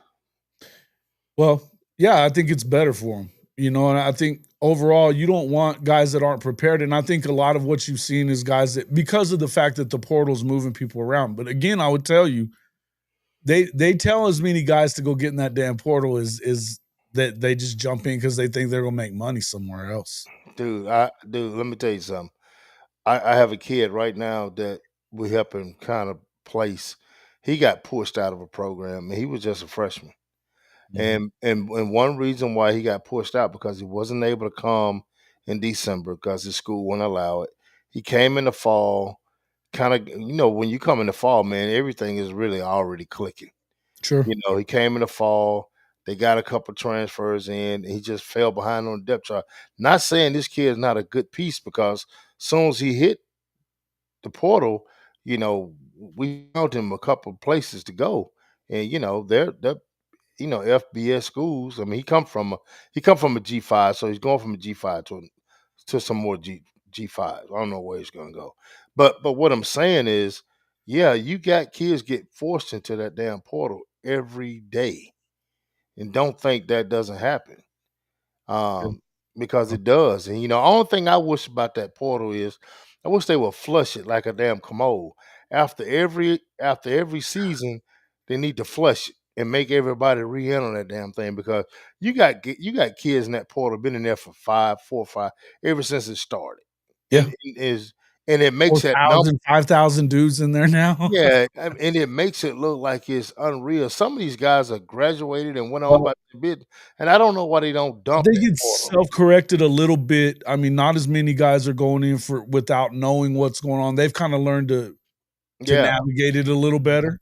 But early on, I mean, you were lucky if you got 35% of those guys came out ever. because they were under this impression that they could, hey, I'm a D2 guy now, and I started playing a little bit, had a decent season. Now I'm ready for D1. No, you should stay where you are. Right. You know what I mean? Because nobody, unless they came and told you to come on, you needed to stay where you are. Yeah. I had a kid hit me up, say, "Coach, he's at a G5. He's trying to get back to a P4. He's trying to get back because of the money. Sure, You of know, course. he's trying to You get got back. it, but you have to. Yeah, You know what I mean? They need to come after you. They need to yeah, come after you and hit up. That's why you need an agent. And these guys, I think that's the other thing, that we got to find a way to help these. If you want to help these kids and figure this out, take it out of the hands of these. In order to be an agent, we're not gonna talk to you or negotiate contracts with anybody but a certified agent, yep, just like the NFL. yep. I mean, I guess you could. I mean, Lamar's mom was his agent, but I think it would cut back on some of it. And I think that, you're getting so many of these guys that are just getting bad advice. Coach Riggs, appreciate you for the super chat, man. Thank you so much. Well, the thing about it is, and who knows your child better than you? That's my thing. That's how I look at it. Well, You that's know, true, except you for know. not all the time, though. Not all Well, the time. well, what I'm saying is, if you've been there and you help that process, who knows them better than you? If you really know sports and you have dug into this thing, you understand you don't need that agent, bro. You might need a lawyer to look over things, but you don't need an agent, because that lawyer can tell you keywords that's in that contract that you might not Sure, understand. So you go hire a sure. lawyer and let him But look you at it. need right, but not everywhere do you have the soul mission where they're doing all these things to teach them about being a man. And Bishop Frank said it in there a minute. It's you said it a bunch of times. It's huge for these recruits and their parents too. Yeah, Is that soul mission it's about more.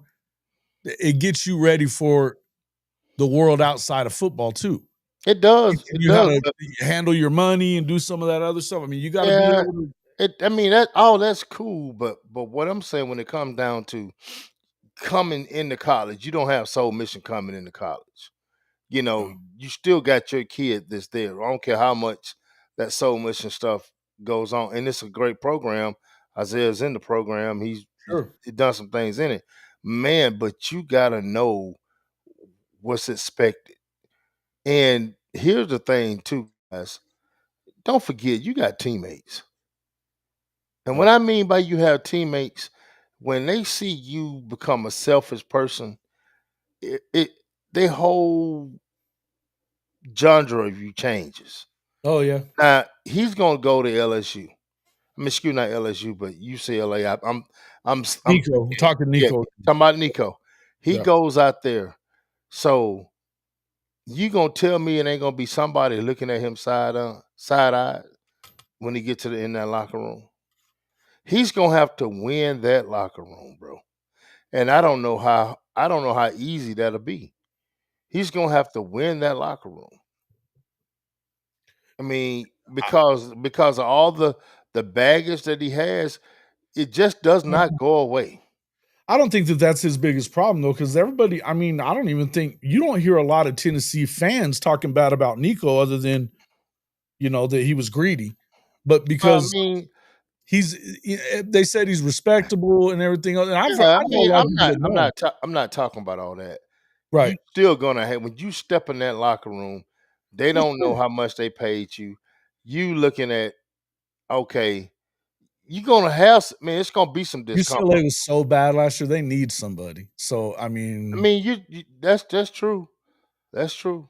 And I know they can't they get worse from it. I mean, well, they could. I don't know, because they said it's a first time play caller. And I don't know what's going on. I don't know what. that's what I'm That's saying. why That's it what I'm doesn't make as saying. much sense as everybody's. I mean, they keep saying that, and that's one of the things they said. What you had one of his handlers is, you've heard them over and over say it. And let me find it here. I'll grab it on my phone. That you've heard these guys saying, we're not steering him in the wrong direction. We're not steering him in the wrong direction. I beg to differ. I beg to differ. So it's tough to even. Let me see where it is. I just had it, but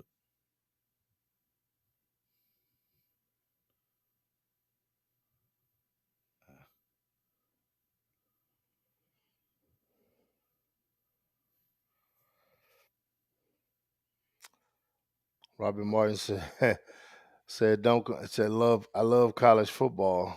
NFL doesn't bring half the excitement. Yeah, you're nah, right.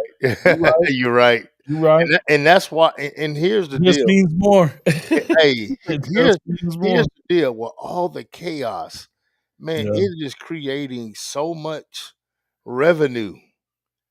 All the chaos from the on 3 channels to the podcast, man. So the NCAA is like, you know what? We're not going to stop this chaos because it's a cash cow. Yeah. You know, you got to think about it, guys. Well, You this know, is one of Signetti's guys that was he was one of Signetti's offensive coordinators, Sunseri. So he's pretty good, but he wanted to get out from under the shadow of Signetti, who called all the plays. The campings is the NIL narrative was bullshit. His representation has steered him wrong. What the hell did we do to steer him and put him in a bad situation? Well, you lost him at least $1 million, million and a half. done that. You know what I mean? And so, I mean, it's like I said, if you break it down, it's you lost him money. And I don't know. The one thing I would say, and you probably lost him more because I think Tulane was willing to pay closer to like that 2.5. But once you started losing suitors, North Carolina all of a sudden drops. Texas Tech didn't even want anything to do with you. I mean, Texas Tech. you start losing these teams that don't want you anymore. And we know Tulane has money. So I mean, but whenever they started negotiating and it didn't go over well because I don't even think it was just negotiation money wise. I think it was mandates and this and that and what you're going to do with the offense. And I will say that I believe that part of the reason that Nico was upset was that they weren't changing the offense to fit him more and what he was going to do, and they didn't really add a ton of weapons to help him. That's true. Again, I'm going to say this one more time for everybody. Don't let Tennessee off the fucking hook for putting us in this position with NIL. Don't. Yeah. I'm not saying it's all their fault, but I am not going to sit here and call them heroes for, oh, you fixed college football. No, you didn't. You fucked it up. You just, and now you decided enough is enough. The chickens came home to roost. That's what you Yeah, said. man. Come on now. Come on. Yeah. The chickens will come home, man. Tennessee, man. It's bullshit. It's all bullshit. No. UCLA's O-line is I can see before the next season starts, I can see him moving on from there. Well, there's no portal after that, though. I mean, he had to. I don't know. We're going to find out what's going to happen. Hey, look, from what I understand, it's a weird thing to say because obviously there's been a little too much control over what he's doing. And we know that, sometimes that's just the way it is, but I hate to see it for a kid. You hear good things about him. And again, like I said, I mean, we know that Tennessee's been dirty. They've been dirty. So I'm not just going to sit here and act like they're, that they've done everything right because I know they didn't. And we've heard TJ Hushmanzada say a lot of this stuff. He's tight with the family. I've heard a lot of stuff from a lot of places. And that quarterback that you sent that thing to me from the same app, from the Bro Bible, was saying he wasn't putting it all off on Nico either. Right. Garrison. Yeah. Mm-hmm. You Yeah, know? definitely, man. So, I don't know, man. I just think, that things are different in college football. And guess what, guys? You're just gonna have to suck it up and be a fan or don't be a fan, Yeah. I think everything that's going on in college football is exciting. It's a great talking piece, and the NFL just does not have the same excitement as college football. I'm sorry. Have y'all heard they don't have. Oh yeah, Coach Brown talking about his receiver trying to act like a coach. Well, he was trying to get $2 million. He told him, "You ain't fucking Jeremiah Smith. Get on." He said, "What now?"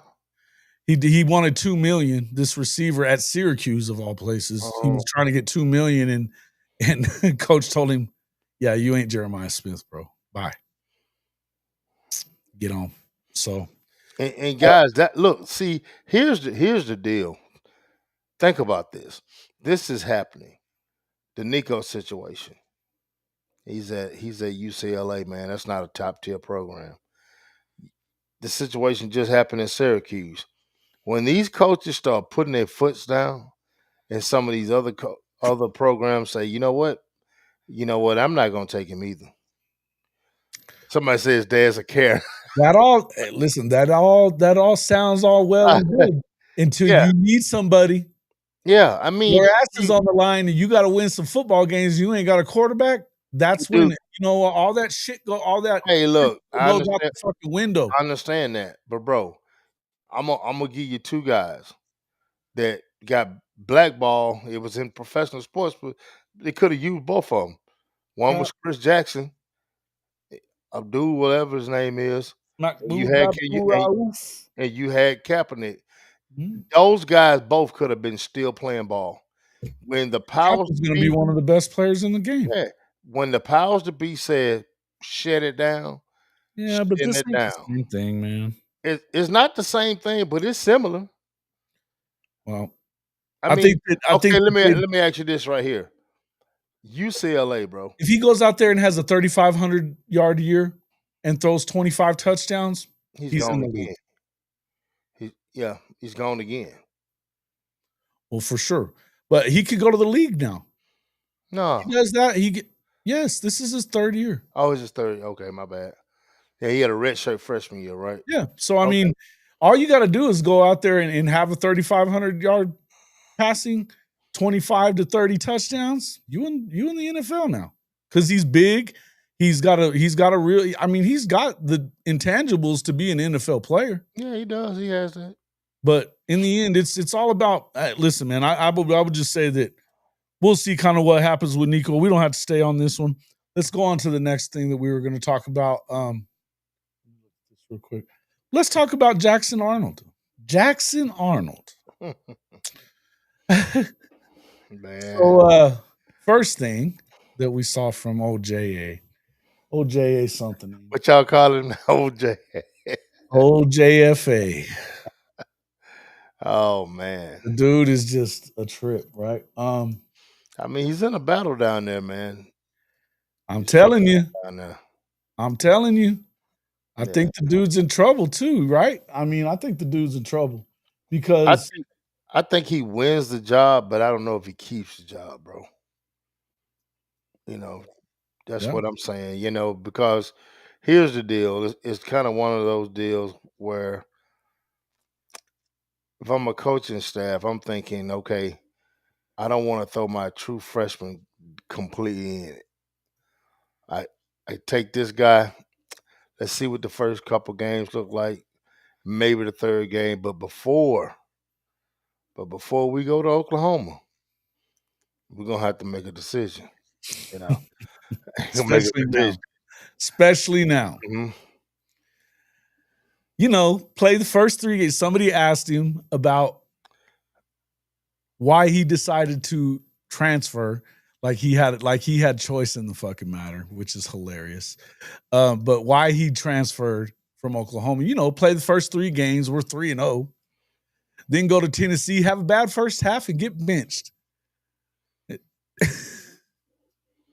Dude, it was more than a bad first half.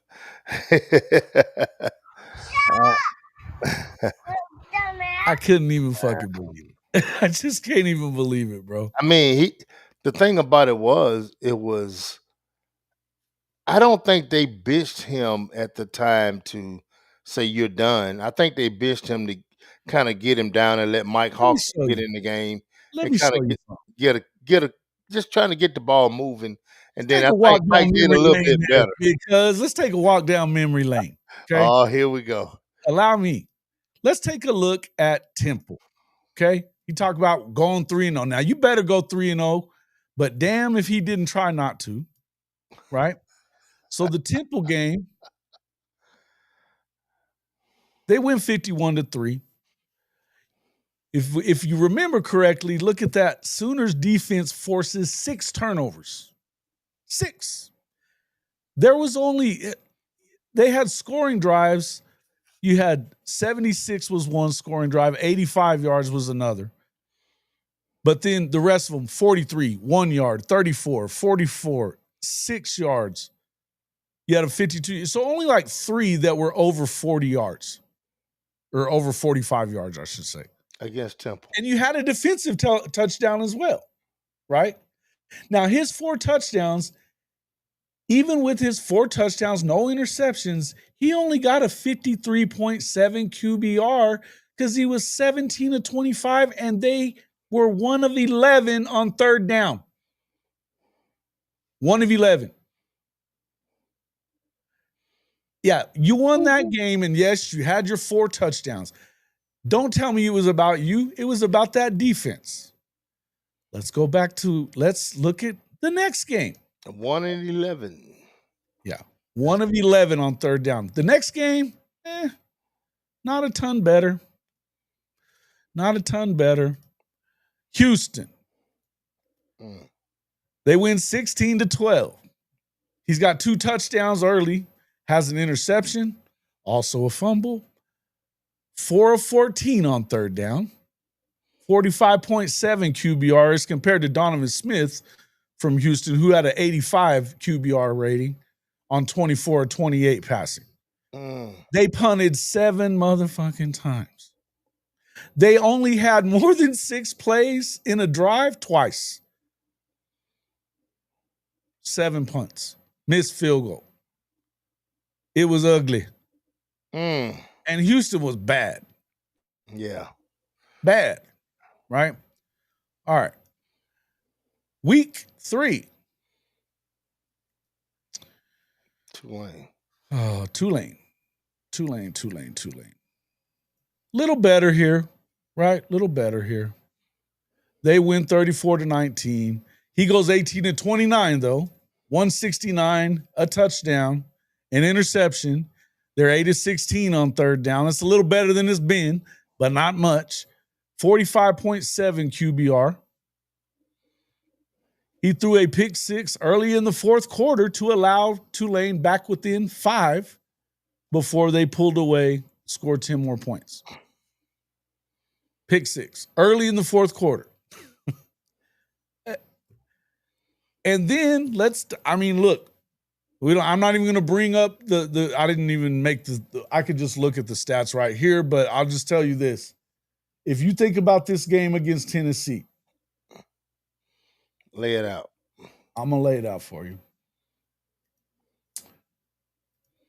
Jackson Arnold was 7 of 16 for 54 yards in the first half with 3 turnovers, 2 fumbles, both of which came immediately after turning over Tennessee in their own territory, once inside the 10.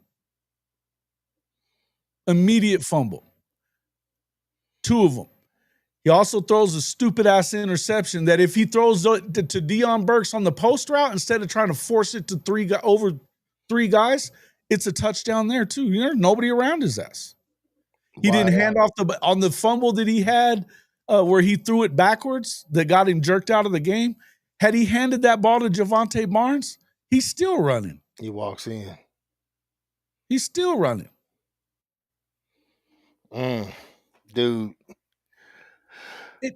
It wasn't just a bad first half. It was atrocious. He had I'll tell you what, 1.2 QBR. Trying to save him from himself. That's what he don't understand or realize. Yeah. But for you to go in there and to start saying dumb shit, come on, man. And guess what? The murmurs are getting loud in Auburn because he's been turning the ball over there. Deuce. Yeah, bro. Here's another one for you. I like this one right here. This is funny. This just tells you a lot about what we saw from him last year, too. Coming from Hugh Freeze. He's got the arm talent. He's got the legs. He's got the football IQ. I think he just needs confidence. Huh. Ain't that something? This dude is not it. Yeah, his confidence level is not there. Oh, every way he was awful. Correct. Mm-hmm. He had to have been. Why would you say that though? Instead of, and you know what? Because here's the thing: for him to say that stuff, it's not even just that. I get it, man. You don't want to look as bad, but you just threw your teammates under the bus for y'all being shitty when, yeah, it was a shit show on offense and it wasn't all your fault. You know what? If you don't say it, people would say it for you.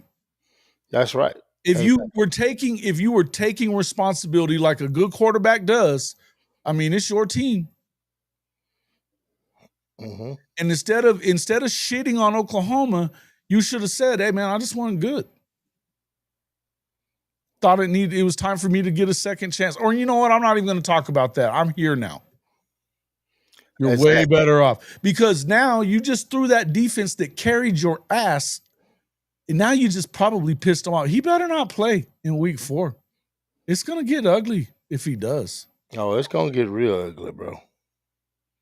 It's going to get the Missouri game, fumbled it away. Yeah, nobody around him. He boots it off his knee. 2 minutes to go in the game. We're leading.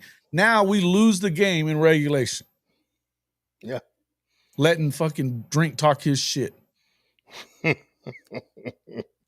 Yeah, that was hard. That was hard to doggone. Tough pill to swallow, man. He was, and not even that, he's talking shit to Coach Stoops too, which was weird, right? Yeah, it was crazy now. But you know, that's who he is, bro. Well, and I mean, it tells you. I mean, look, it reminded me a lot of Spencer Rattler, always blaming shit on everybody else. Yes. Never on himself. Yes. That's exactly what that kind of reminds me of. Definitely. But, I mean, there's a reason why a lot of fans don't love Spencer. The Rattler. Yeah, I didn't like it. He'll be all right, you know. Like I say, he's one of those guys that, like you said, is always somebody else. He got to Norman, he stayed an asshole the whole time he was there. Yeah, I told you I had a couple. I met him a couple times doing. Really, Spencer? Yeah, yeah. I met him when I was working with FBU in the All American Bowl. I met him a couple of times. Sure. Yeah, he was arrogant. He was arrogant at that point in time too. I mean, there's people that'll tell you they'd see him around town and shit, and you know they'd want a picture or something. Like he wouldn't even give them the fucking time of day. Yeah, he's just one of those guys. It's rare, and I mean, you know, Sooners. I mean, most of the Sooners, they understand that you need to show love to your fans. You do, and that's just something that, you know, some people do, some don't. Man, it is what it is. Hey, some people are assholes. There's no doubt, and I've covered plenty of them. I remember covering the PGA Tour, and a lot of those dudes were super cool. Some of them weren't. I wouldn't piss on David Duval if he was on fire. Wouldn't do it. He's one of those dudes, huh? Yeah. Yeah, man. It's that blame Cottrell. Cottrell, man. I don't know. He was a big part of it. He was a big part of the problem, but he wasn't the entire problem, guys. Because we know for sure that, I mean, look, we're spoiled at Oklahoma with quarterbacks. Spoiled. We've had some fucking really good ones in the last 20 years. Really good ones. 25 years. Start with Josh all the way through to now. We've had some damn good quarterbacks. What made them great was when the play broke down, they didn't. Yeah. They got better. The better ones, the best ones were the ones that, you know, no matter what happened, they took responsibility for it, whether it was their fault or not. Man, that was my first time seeing or hearing his statement, you know, about one of the reasons why he left that situation, man. But you got to, I mean, he's just not taking accountability for nothing.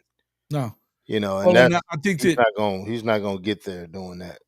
But Hugh Freeze's comment there about confidence tells you a little that he still ain't there, and he's looking over that shoulder at at the back Well, at this what? freshman, just like he was looking over his shoulder at a freshman last year too, and Well, here's the thing. feeling the pressure, man. He's been crowned.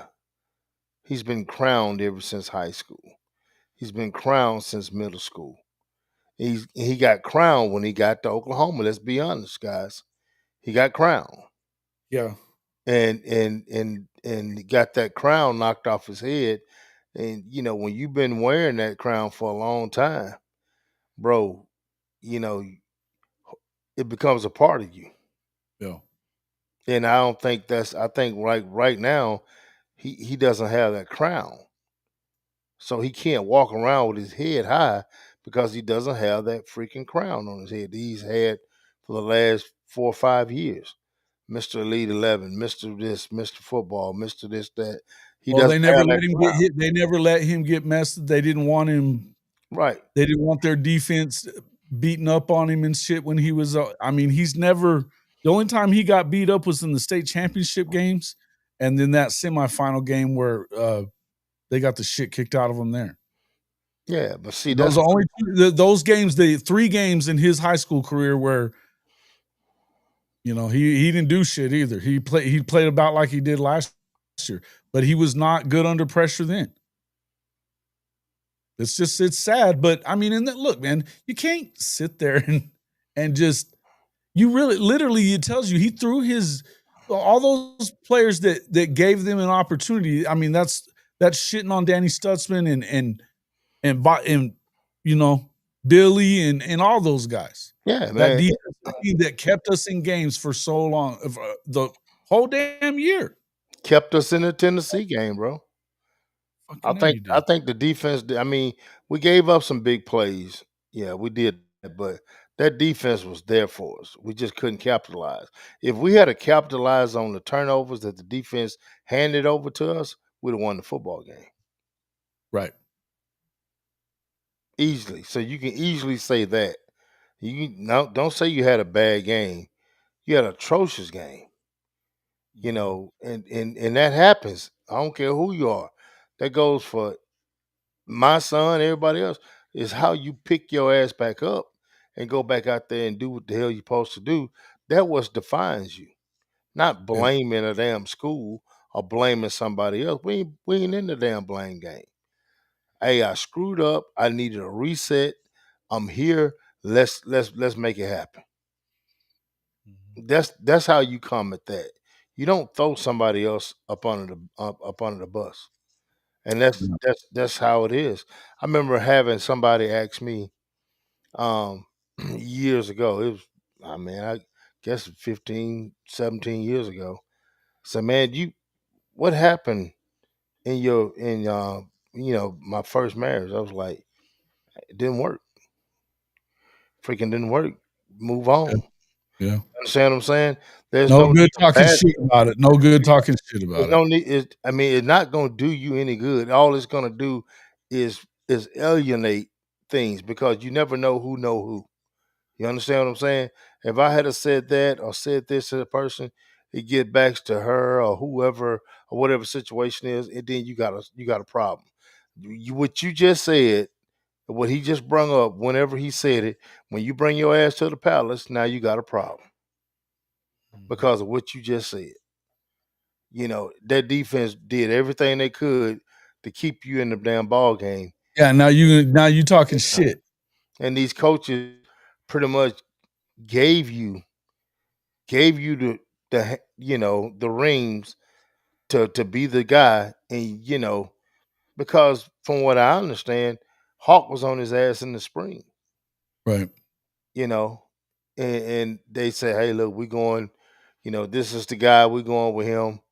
Pretty much Dylan Gabriel has departed, and for whatever reason, I know money and opportunities and all that kind of stuff, but this is the guy that they gave the crown to.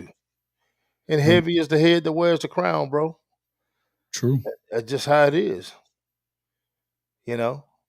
So It's yeah. just he just not ready. He's had a silver spoon in his mouth his football career, and this what happens when you have those type. True. And you have the daddies who, want to make a bunch of demands and all this shit. I hate that. I hate y'all motherfuckers. I'm gonna be honest with you. You damn daddies out there that want to make all these damn demands, go play football. Yeah. And everything else is gonna come to you. That's true. And and here's the deal. You straight up with somebody and that person straight up with you. If they go to the left or go to the right, you leave that fucking situation. That's just how it is. I'm not gonna sit up here and go back and forth with nobody. It's just not happening. Either it's gonna be this way or it's gonna be that way.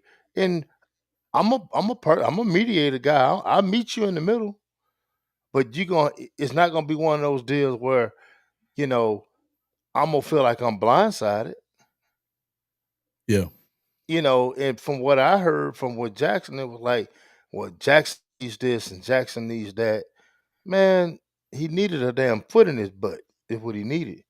From his dad is what he needed instead of blaming some. I see these dads with 7-on-7 with high school football in this worse in quarterbacks than it is in any other position. Because that dad, if he throws an Oh man, interception, yeah, quarterbacks. Hey yeah, man, it's the always been that way. quarterback dads are the worst.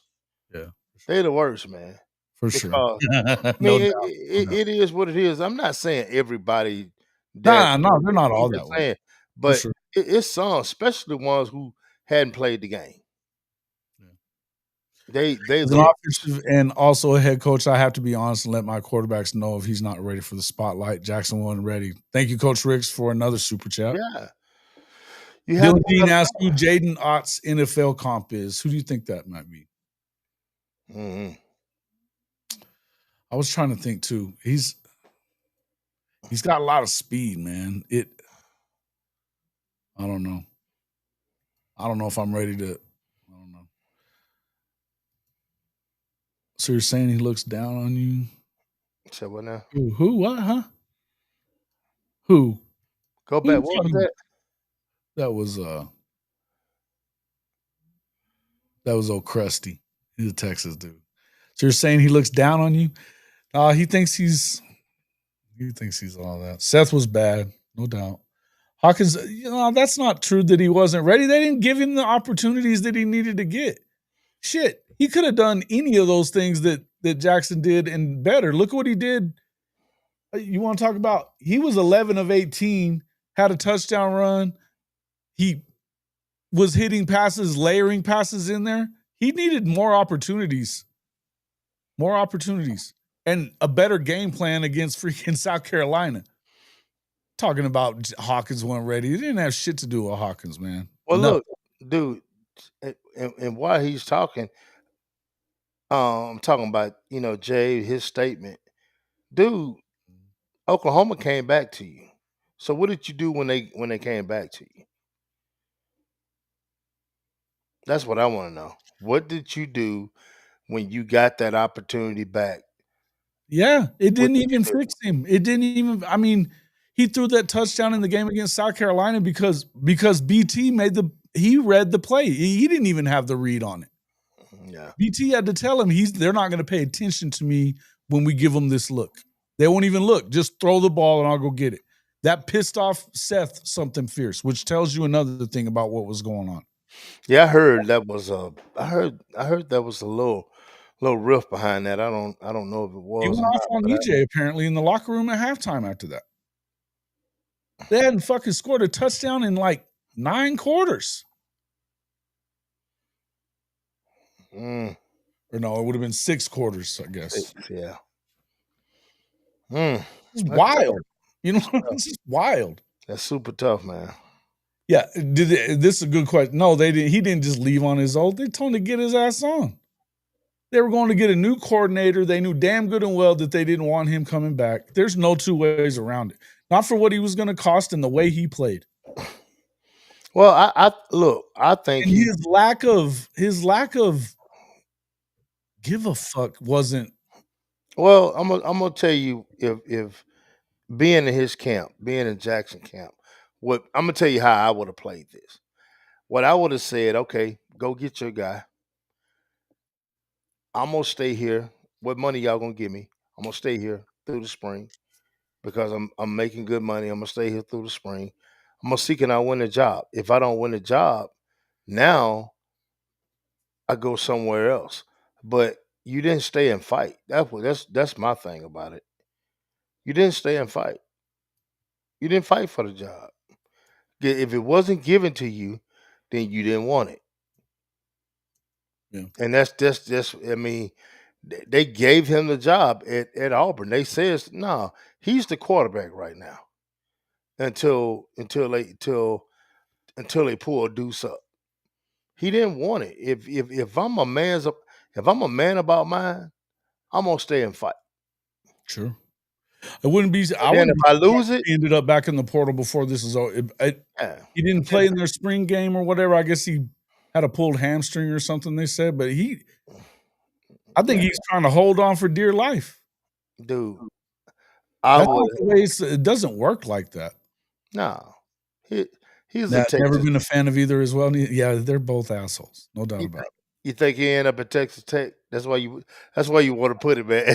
Yeah, TCU, Tech, somewhere like that. Yeah, You want to put him at Tech real bad. I know you do. Tech, Baylor, TCU, one of those three. I can see it. Oh man, hey, yeah, I can see that. It's more his speed, bro. Yeah, More his dude, speed. I can see him going to a UNLV, somewhere like that. I can see that. But and he still will have. And what's crazy about it, going to a school like that, the way this thing is set up, he still will have a shot to get in the playoffs because he's not going to play against that kind of competition. You got a head coach and Dan Muller's. Oh yeah. No, and listen, that's the thing is in the Big 12, it works for him because you don't have a ton of those. I mean, you've got to, but that's the Big 12. That's the kind of guy. I mean, aside from really, you got to think. I'm trying to think about. Only Avery's isn't a transfer guy that I can think of that's a starter right now. Avery Johnson at K-State. Mm-hmm. He's about to, and then I guess Rocco Beck too. But I can't think of many other ones inside that conference that aren't transfer dudes. So that's what I'm saying. I think the Big 12 is where look, ACC. Don't leave them out. There's some schools over there that can use. Y'all gonna quit taking shots at Michael Hawkins in here. I'm gonna tell you that right now. Y'all gonna quit taking shots at Michael Hawkins. I mean, where's that at? We ain't having it. Wadley and Max Swearingen's at. Y'all getting on my nerves.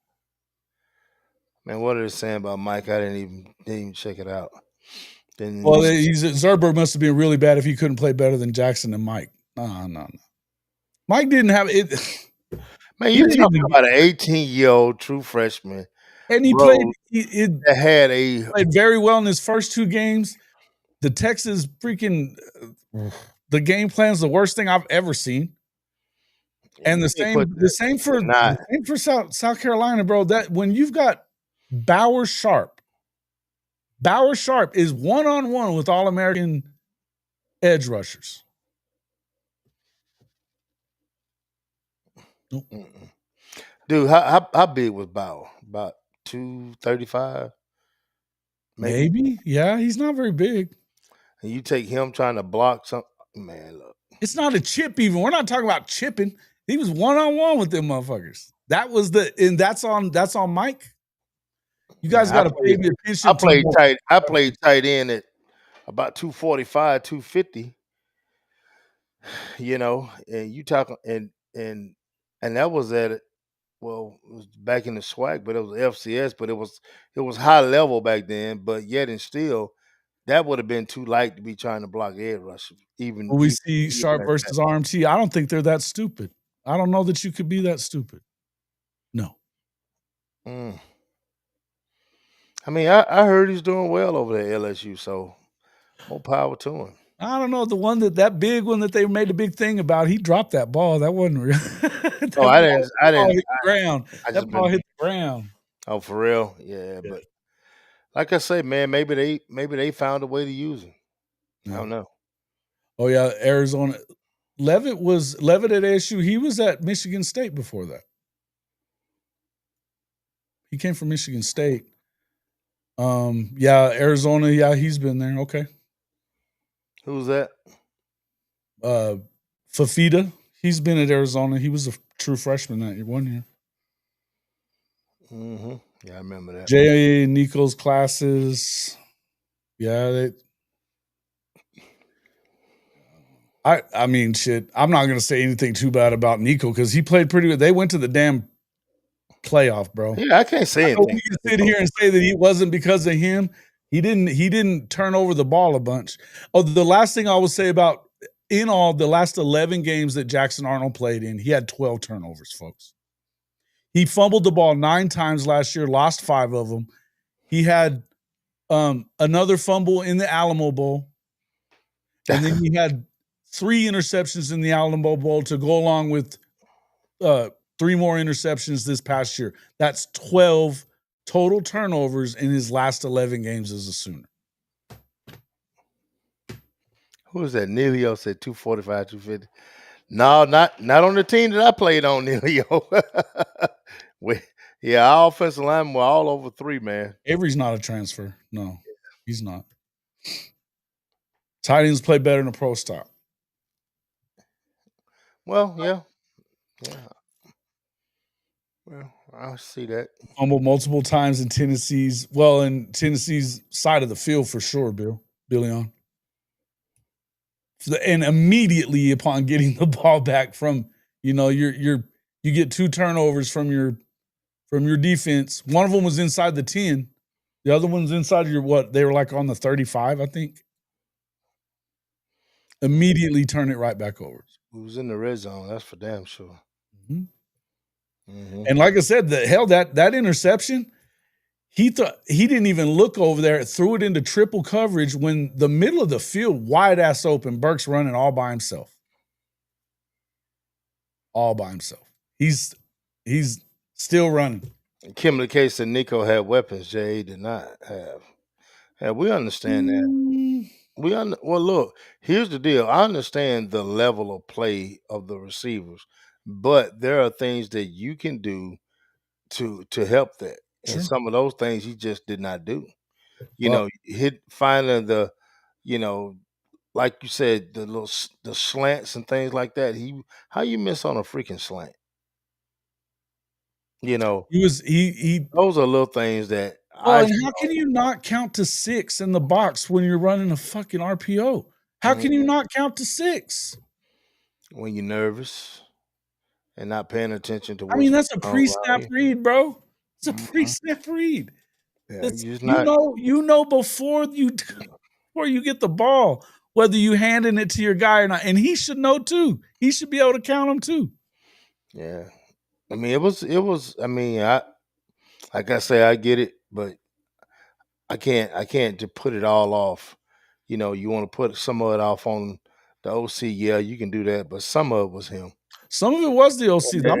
I'm dead. Listen. That's what I tell. That's what I tell all my athletes, and I even tell my own kids. Period. You got to take responsibility for your shit. Who recovered 12 fumbles? He recovered 12 fumbles in those 11 games. Are you sure about that, Zofix? Is that right?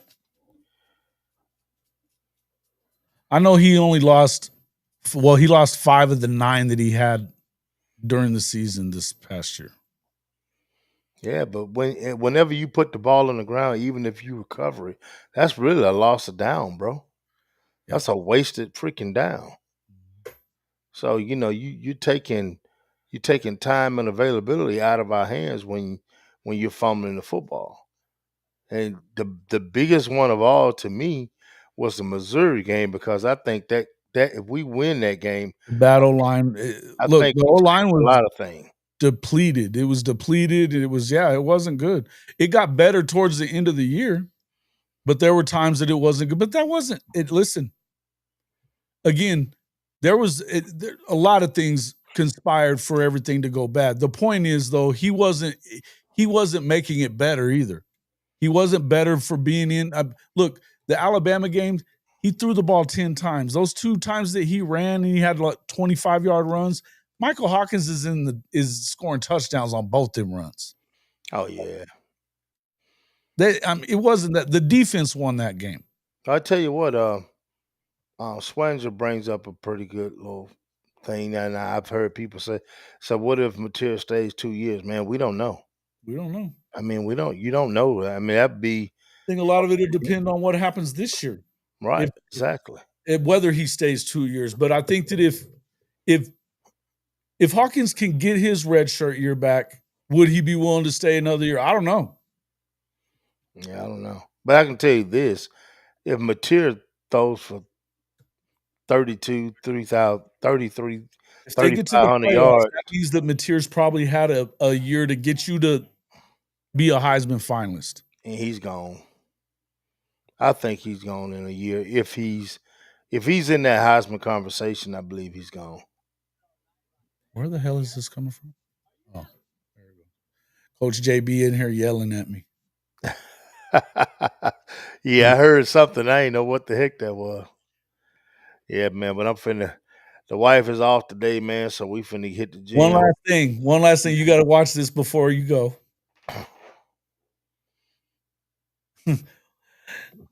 What did he say Friday?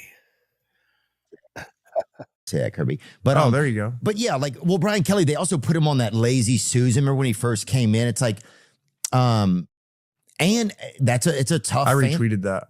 You what? I retweeted that, like when he did that thing. Yeah, he was with the quarter. It was Look terrible. at that. I thought this was for a strip club, to be honest with you. I thought this was for. Yeah, I think I wrote something like, "Do you actually know they were filming you? Like, did you put this out on purpose? Like you." You know they're gonna film you when you're doing this. I thought this was a gender reveal, and I was like, "Well, what is it?" Yeah, and it's not like his first one. He did it like the year before. I'm like, do you realize you're like kind of grinding on the dude? This was also a strip club advertisement near Natchez, Mississippi, I think, as well. No judgment outside of there. I've spent time there, but yeah, maybe Brian Kelly is kind of mysterious. I think I gotta go after that, bro. I gotta go after that. Only Lane, bro. Only Lane. He would just say, Lane Train, man. He's a different dude, bro. I love it. I love it. He's I a love different it. cat, man. You know, Lane is gonna say what Lane wants to say, and that's what I like about him, man. He don't give a shit for sure at all, man. At all. He's a crazy cat, bro. Crazy. Cat. I loved it. I was laughing so hard when I saw that the other day. Poor BK. He can't catch a break. Hey, BK, he brings it all on himself, bro. He brings it all on himself. You already be knowing. Boy, I tell you what, in that national championship game, he was probably on his knees begging that Ohio State beat Notre Dame, bro. Because what would he look like if Notre Dame had won that thing, bro? Oh man, he looked bad, buddy. Yeah, it would have. I mean, it doesn't look good. He already looked bad. Yeah, because they put up a hell of a more of a fight than they did. I mean, they've lost every opening game since he's been there. They couldn't beat Florida State twice. Couldn't beat USC. Sorry ass last year. Yeah, I forgot about they lost to USC, bro. Oh. Who do they open up this year with? It's a good question. Let me see. I think it's another game like that. Let me see. I thought you might like that one though. That shit's funny. That was crazy, man. They open up with Clemson on the road. That's another tough game right there. Yeah, for him to have to go to Clemson. Yeah, man, Clemson is. You know what? Here's the deal. I'm gonna say this before I get off.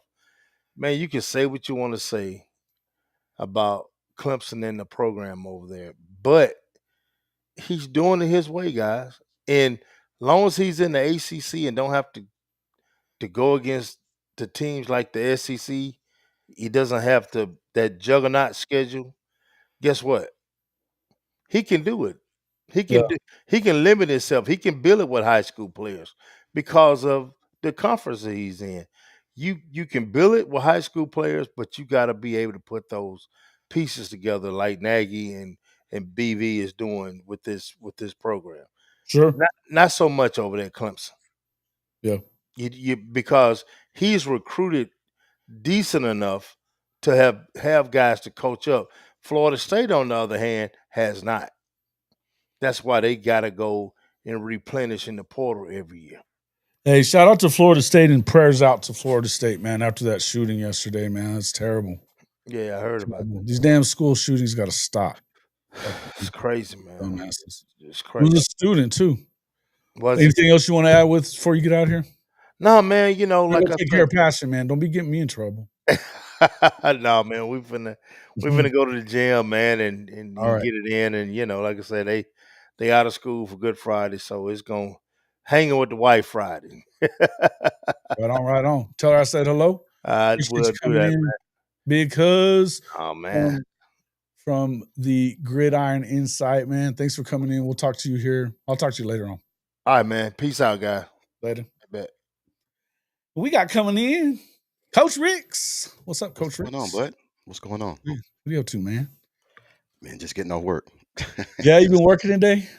Yeah, man, have to go do some things, inventory, things like that. So what's going on, man? I hear y'all talking crazy. Oh, we've been talking crazy. That's all we do, man. You already That know. Jackson Arnold shit had me rolling, man. Jackson. I just can't believe that you would do that. No, I mean, to me, I think the worst part, it's like you're shitting on the rest of your teammates that carried your ass last year. That Danny Stutzman, Billy Bowman, Ethan. You know what I mean? Fuck. That's a time and place when to say that shit, man. And that was not the time. I mean, you're not even at Oklahoma no more. I would have left that like, you know what? And you know they were trying to bait him into saying something like that, and he fell for it. I would have just been like, man, you know what? I'm no longer there. I'm going to do my best here, and that's it. But to give Oklahoma bulletin board material, when your ass come to Norman, you better have two ass cheeks. You better have two ass cheeks because they're gonna clap them. and they know everything about you. They know how. Think about it. They know what angle to come. Think about most of them defenses. They like, man, I never get to hit this motherfucker in practice hit all last year, and now you talking shit about, you know. They're gonna, yeah. I have something tells me he ain't playing in that game. He's gonna have to play. You know, most coaches want you to come back and prove. You know, Hugh Freeze. He's gonna. I want you to go back and show them why. Show them what they lost. Okay. I don't know if he won't have already lost that job by then, man. That freshman man there, hey, look. They keep saying that he's turning the ball over. He's been turning the ball over in the spring, and the freshman doesn't have one, not even one. At some point, Jason, they got one of the better defenses. They got one of the better defenses. What's the cause of that? What's the cause of that? Scared. He's pissing down both legs, man. That's the key word. Scared. I mean, that's the only thing you can think of it. So, where in Texas was the shooting? Damn. Man, look, this shit's getting out of hand, man. Dallas, 17-year-old suspect, just wicked. Prayers for family. Yeah, man, that sucks. My kids are grown, but my granddaughter, man, and I'm terrified, man, because it seems like every damn day somebody's getting shot. Yeah. So it's scary, man. Hey, man, hug your family. You never know. Prayers go out. Man, look, people think I'd be joking, man. I'd be, like, man, you kiss your wife like you ain't never gonna see her again, man. You never know these days, man. Road rage, crazy people. I'm liable to fall dead. You never know.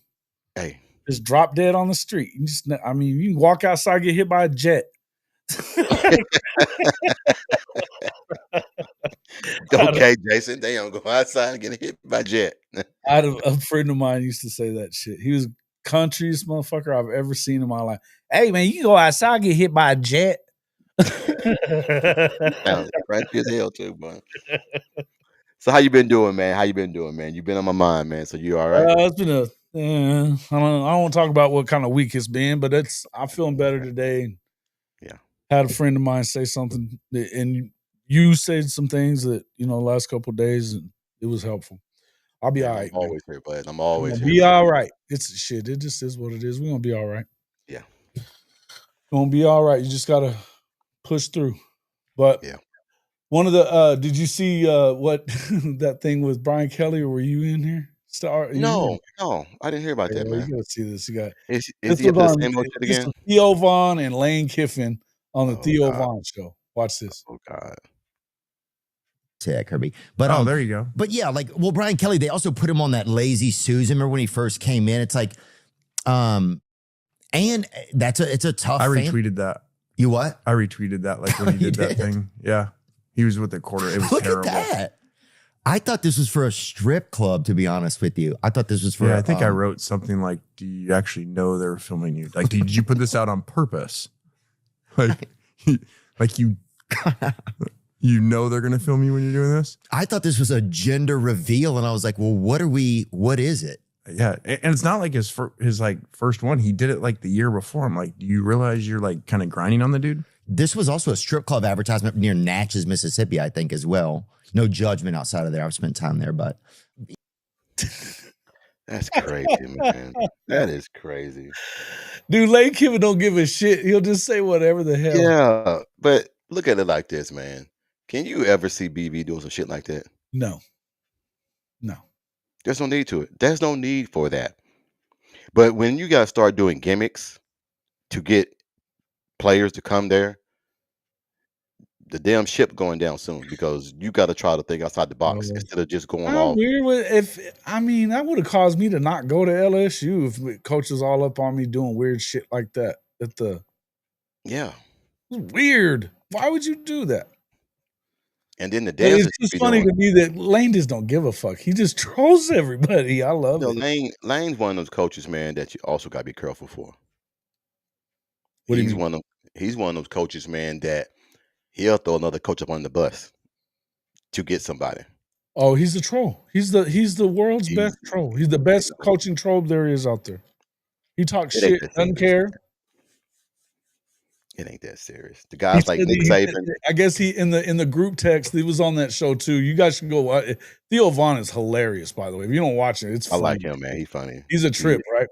But he was talking about that they have a group text, all these coaches. They have a few of them, but that after they beat Georgia last year, he put in the group text and pissed Kirby off. He said, "Y'all probably get us next year." You know, and he's one of the guys texted him in one of his other group texts, "Man, you shouldn't have said that. You pissed Kirby all the way off."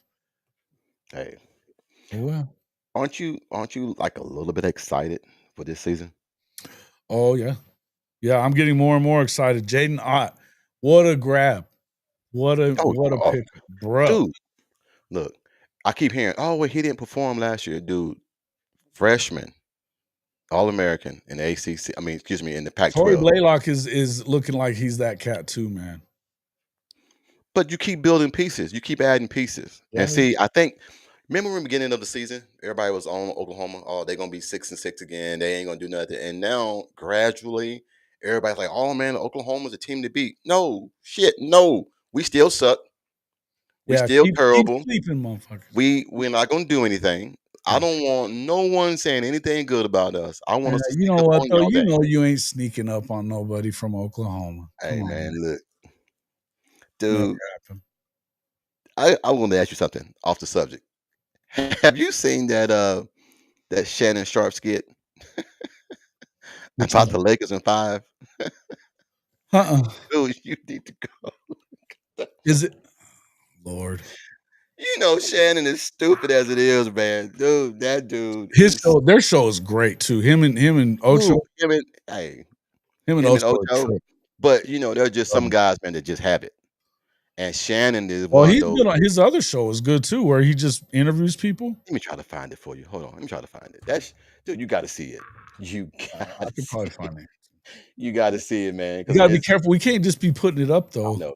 I know. I got to be careful though with it, because I ain't trying to get no copyright violations. Yeah, well, it's out there, so I'll look for it. I'll look for it here in a minute. It was What else we got? Let's see. We've had folks, we've had like 700 views on the YouTube channel on my side. We got 54 likes. That 54 likes is pretty.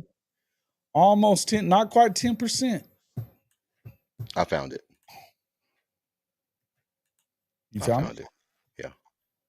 Yeah. Yeah, send it to me on my phone. I'll watch it there.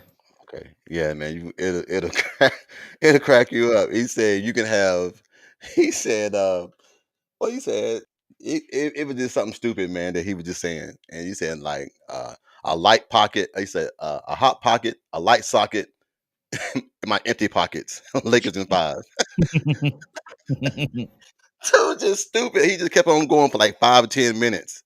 And dude, it's just it'll crack you up, man. It'll crack you up. Ocho's a trip, man, no doubt. Ocho is the most realist dude, man. But you know what? He is down to earth. He does not believe in spending no money whatsoever. He is a McDonald's person, man. He don't try to go out and do Yeah, anything. I like Chad I Ocho. love guys like that, man. Don't try to Did you flash. see Do anything. where he was? I guess he was, and I think this was early in the Pivot podcast. I like Pivot, but early on when they had him on, and they were like, "What are you going to do now that you're not going to be the best Cincinnati receiver of all time anymore?" And he looked at him and he goes, "What?" Win. They're Yeah. talking about Jamar Chase, but he's like, "That motherfucker got to get to 11 years first." Yeah. He was like, He said, "When did I come?" He said, "When did I become second?" "Yeah. I mean, he's been here 2 years. What you mean?" Man, I hate when they do that, man. I mean, he's on the right trajectory and everything, Jamar Chase, but Ocho is still the best receiver, man. You got to. It's about longevity. You can't have 2 good seasons or 3 good seasons and say you're the best. Nah, It just don't work that way. man. No, but I mean, Jamar's a bad dude. You know what I mean? But you still, I mean, it's the NFL. It's about making it through. You know, Oh yeah, it's about the whole. That's why, like, I agree that Mahomes is one of the best already as far as, yeah, but you got to actually get your longevity in there too, and continue to do this over a long period of time before you're. You know, I'm not one of the people that's gonna sit here and tell you that he's already the GOAT. He ain't. no, You know, and not everybody got to play for damn Andy Reid when Andy Reid's been in his bag and had Travis Kelce and shit. man. You got a damn Avengers team. You got every aspect on the offensive side. Oh yeah. But the one thing about Andy Reid I love, he loves to go get offensive Andy's players. unbelievable, man. He That likes dude to go get the offensive linemen from Oklahoma. He loves going to go get those offensive linemen from He's a Oklahoma. big fan of Coach Big Bill. Yeah, yeah. What's up there, OU Boomerson? What's up, man? Donald Pulo, Bob been in here. Fish Frank. Man. Yeah. Neilio, Neilio, you nasty, Neilio. Man, Neilio's always, man, he got me with something, man. he got me one time on my podcast, man. He got me. Him and Lemon. Donkey at Chiefs games out at Arrowhead. Oh, yeah. I know what you're talking about. You nasty. I gotta find it and give it to you. Oh, there was the other thing. Coach Prime, apparently he's saying they're going to the playoff. Oh God. And they changed from regular grass field at Folsom Field to turf this year because of it, saying that they don't want to play on the frozen tundra. I don't know how if you win the Big 12, and that's assuming he wins the Big 12, yeah, you're not going to get a home. You're going to get a bye. Yeah. Listen to this. KFC, UFC, Lakers in 5. Hold on. Just send it to me, Coach. No, I'm gonna do it first. OKC, KFC, UFC, Lakers in 5. You can say SGA, PGA, USA, Lakers in 5. He's a fool. Dude is a fool. Mustard seed, poppy seed, Lakers in 5. It could be Shay. It could happen in May. Hey man, don't get me a damn copyright violation on here, man. It's everywhere, man. It's everywhere, man. Odd is like watching Alex Ross return kicks. Dude, I'm telling you, this guy's gonna be somebody asked about a comp for him earlier. Who would you comp him with running back wise? I was trying to think. Ooh. Speed like that, in the hole, gone. PFF and all of them are saying that he's at worst like a day 2 guy and a starting running back in the NFL. And that was last year. Who he reminds me? He reminds me of. Damn, boy, that's a good one, man. Because he's elusive, hits out of the backfield, hit the Yeah, man. hole. Oh, okay. I got you. I got you. Go ahead. Uh, what's his name? For the Eagles, McCoy. Oh, Shady McCoy? Yeah. Okay. Drop on a dime, gone, hit the hole, catch out of the backfield. Okay. I mean, that's who He I does would. look a little bit like Eric Dickerson. He's not as big as Eric, though. No, Eric. But see, Eric He was would more train like straight up. that real well, and he had that long stride like AD. Eric Dickerson and AD were so similar. So similar. How about this? A mixture Brian between Westbrook. Brian Westbrook's a good one. I like a that. mixture between Quentin and Alan Patrick. A combination of those two. Okay. I like those. That'd be good. But I mean, he's gonna be elusive, man. I think, but also too, He's man, a hard runner, dude. He runs hard. real hard runner. If you watch the film, every time that he hit someone, he never went back. He always went forward. I always look at that when I get a Always running. falls forward. Always falls Just forward. falls Yep. forward. Love those You dudes. have to really hit him multiple times. But I've seen plays, man, Is where he? huh? He's the exact size as Eric. I didn't even realize that. Well, what is he? 215, 220? Okay. I, But it didn't seem like he's got that. I'm just talking about his stride, though, is what it doesn't remind me of him so much. Not saying, I mean, I get what you're saying, though. Yeah. Clinton Portis. Ooh. Now that right there, yes, Clinton Portis. Clinton Portis is a That's a good badass dude, comparison. bro. Damn. That's a good comparison. Clinton Portis was a bad dude. Dude, before he hurt his leg, boy, yeah, he was dangerous. Yeah. Really dangerous. I'll tell you what, though. I feel like you've got X-Rob, Ott, and I think Torrey Blaylock is right around. I think there may be a time this year that he's gonna be always in the game because he's that explosive. Well, I'm looking at He looks some of so the footage good. I've seen. Tatum. Tatum is out in the slot. They had some pictures of Tatum out in the slot. So I'm hearing Tatum's not hanging around, but we keep hearing it. I don't know if it's true or not. Do you wonder if guys are wanting to jump out because I don't know if I think Arian's not as fast as he is, though. Do you think some of the guys are kind of nervous about playing time because everybody's showing Well, yeah, up? so you already had showing out? Sam already went into the portal. Yeah, Sam Franklin. Yeah, he gone. Mhm. But I just can't see Tatum leaving, man. I think Tatum just, you know how we treated Gibbs. I mean, He's Gibson the been first year. talking about baseball. He's been just talking. I'm hearing that he might just go to baseball only. Well, if he goes to baseball only, that's the first love. Then I really can't get mad about that. If as long as he don't leave to go to another program or just because he don't want to. I mean, here's the thing: we're gonna have to get used to this fact that these guys are gonna not stay all the time, and if you're not getting, there's quality players. The problem, the worry that you have is DeMarco. It sounds like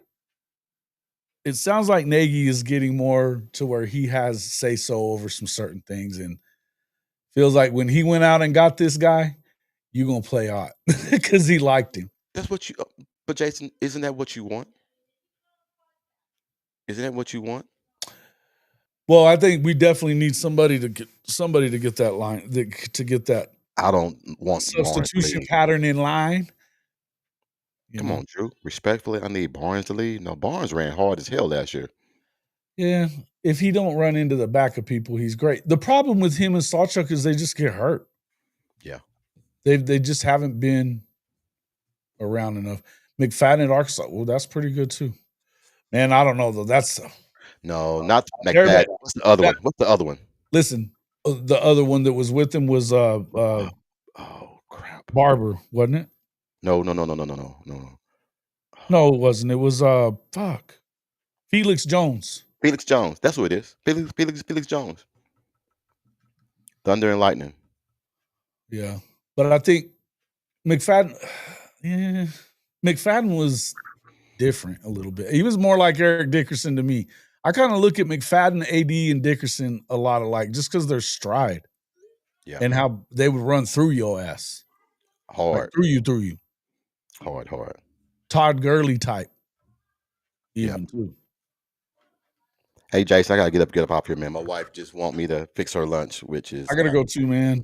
We've been hey, man, I just want to jump on, man, to say, man, proud of you, man. Glad to see you back home, man. And like appreciate you. Jamal Charles is a good comp.